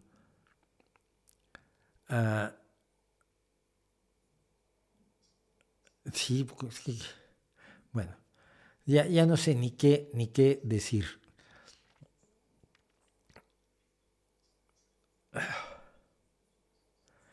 ¿Cree que la posverdad se ha vuelto una parte de la política cotidiana? Sí. La posverdad, ¿no? La mentira ha tenido una presencia mucho mayor porque como sociedad creo que estamos exigiendo menos la verdad. Exigimos más las mentiras que nos gustan. Yo creo que, se nos curará como todo se nos cura, pero siempre acabamos pagando un precio gordísimo. Que eso es lo que no me gusta, que las tonterías, yo sé que las tonterías posmodernistas y sé que los excesos en muchas áreas del posmo, de la teoría queer, etcétera, se van a subsanar con el tiempo, porque así son los ciclos de la historia. El problema es cuánta gente se lleva entre las patas el acontecimiento histórico en su momento. Eso es por lo que se lucha en muchas ocasiones, ¿no? Utilización de energía nuclear en zonas altamente sísmicas. Los ingenieros son los que saben de eso. Entonces saben hacerlo. Japón es altamente sísmico. Vamos a empezar por allí. Y Japón está, por cierto, construyendo nuevas plantas nucleares. Porque los ingenieros saben construir en plantas nucleares en zonas altamente sísmicas. De hecho, aguantó Fukushima el terremoto.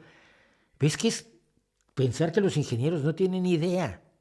Que les regalan, que se sacan el título en una rifa, como López Obrador se sacó el de politólogo. No, los ingenieros estudian. Sobre todo nadie contrata ingenieros que no sepan.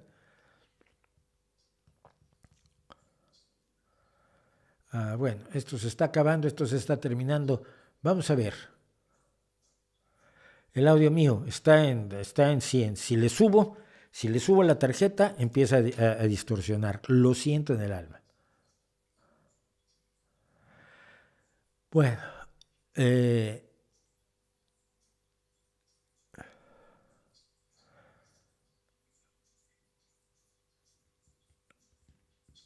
opina de algunos críticos de cine que insisten, vamos a terminar con esto, que la crisis que pasa en Hollywood no es por las huelgas, sino por la agenda woke? Sí, mira. Por ejemplo, Barbie es woke. Ha roto todos los récords de taquilla de la historia, incluidos Harry Potter, El Señor de los Anillos y Star Wars. Pero es woke. Ya, pero es buena. O eso me dicen, no he tenido tiempo de verla. Pero tengo unas ganas enormes de verla. Es que cuando haces una película woke mala, ¿sabes qué le pasa? Lo que le pasa a las películas malas, la gente no la ve. Pero no por woke, sino por mala. Fue lo que pasó con el remake de Ghostbusters. Nadie dejó de irla a ver por odio a las mujeres. No la fue a ver porque la película era un bodrio y todo el mundo que la iba a ver te decía por tu vida, no vayas, no tires tu dinero, no pierdas tu tiempo. Cuando una película es woke y buena, la gente la va a ver, pero no porque sea woke, sino porque es buena. Y así sucesivamente con todo. Esa idea de que la gente tiene un solo chip, como el que tiene la ultraderechona, ahí solo piensan en lo woke o lo no woke para definirlo todo, u otros que dicen, ay, es capitalista o no es capitalista, y con eso yo ya tengo una sola brújula moral, una sola brújula estética, una sola brújula social. Pues es estúpido. Barbie le está yendo a la gente a ver porque parece que Margot Robbie está excelente, porque está divertidísima la película y porque el tema le gustó a la gente. Punto. No les importa si tú lo ves woke o lo ves menos woke. Quisiera escuchar música tuya, dice Rick Bark, en SoundCloud. En SoundCloud están grabadas, no por mí, porque lo hizo mi grupo, canciones mías. Es que yo ya no estaba tocando la guitarra, lo hizo el grupo cuando yo ya me había venido a España, pero nos arreglamos para que grabaran algo. Me sustituyó en la guitarra, por cierto, un querido amigo. En SoundCloud buscas mi nombre, Mauricio Schwartz, y allá hay varias canciones interpretadas por Transfusión, la otra banda, que era mi banda de jazz rock, rock jazz, jazz jazz, rock rock. Y con eso terminamos. Muchísimas gracias por estar conmigo, muchísimas gracias por aguantarme, muchísimas gracias por escucharme, muchísimas gracias por pensar un poco y por difundir entre la gente que deben de confiar más en su pensamiento y menos en lo que les cuentan los tipos emocionantes de las conspiranoias y demás. Nos vemos la próxima semana, el viernes. El viernes es este streaming. El miércoles tenemos el vídeo sobre los libros de texto con una amplia crítica por parte de Rodrigo Álvarez. Y mientras tanto, como siempre, aparte de darles las gracias, allí les dejo mi reputación para que la hagan pedazos.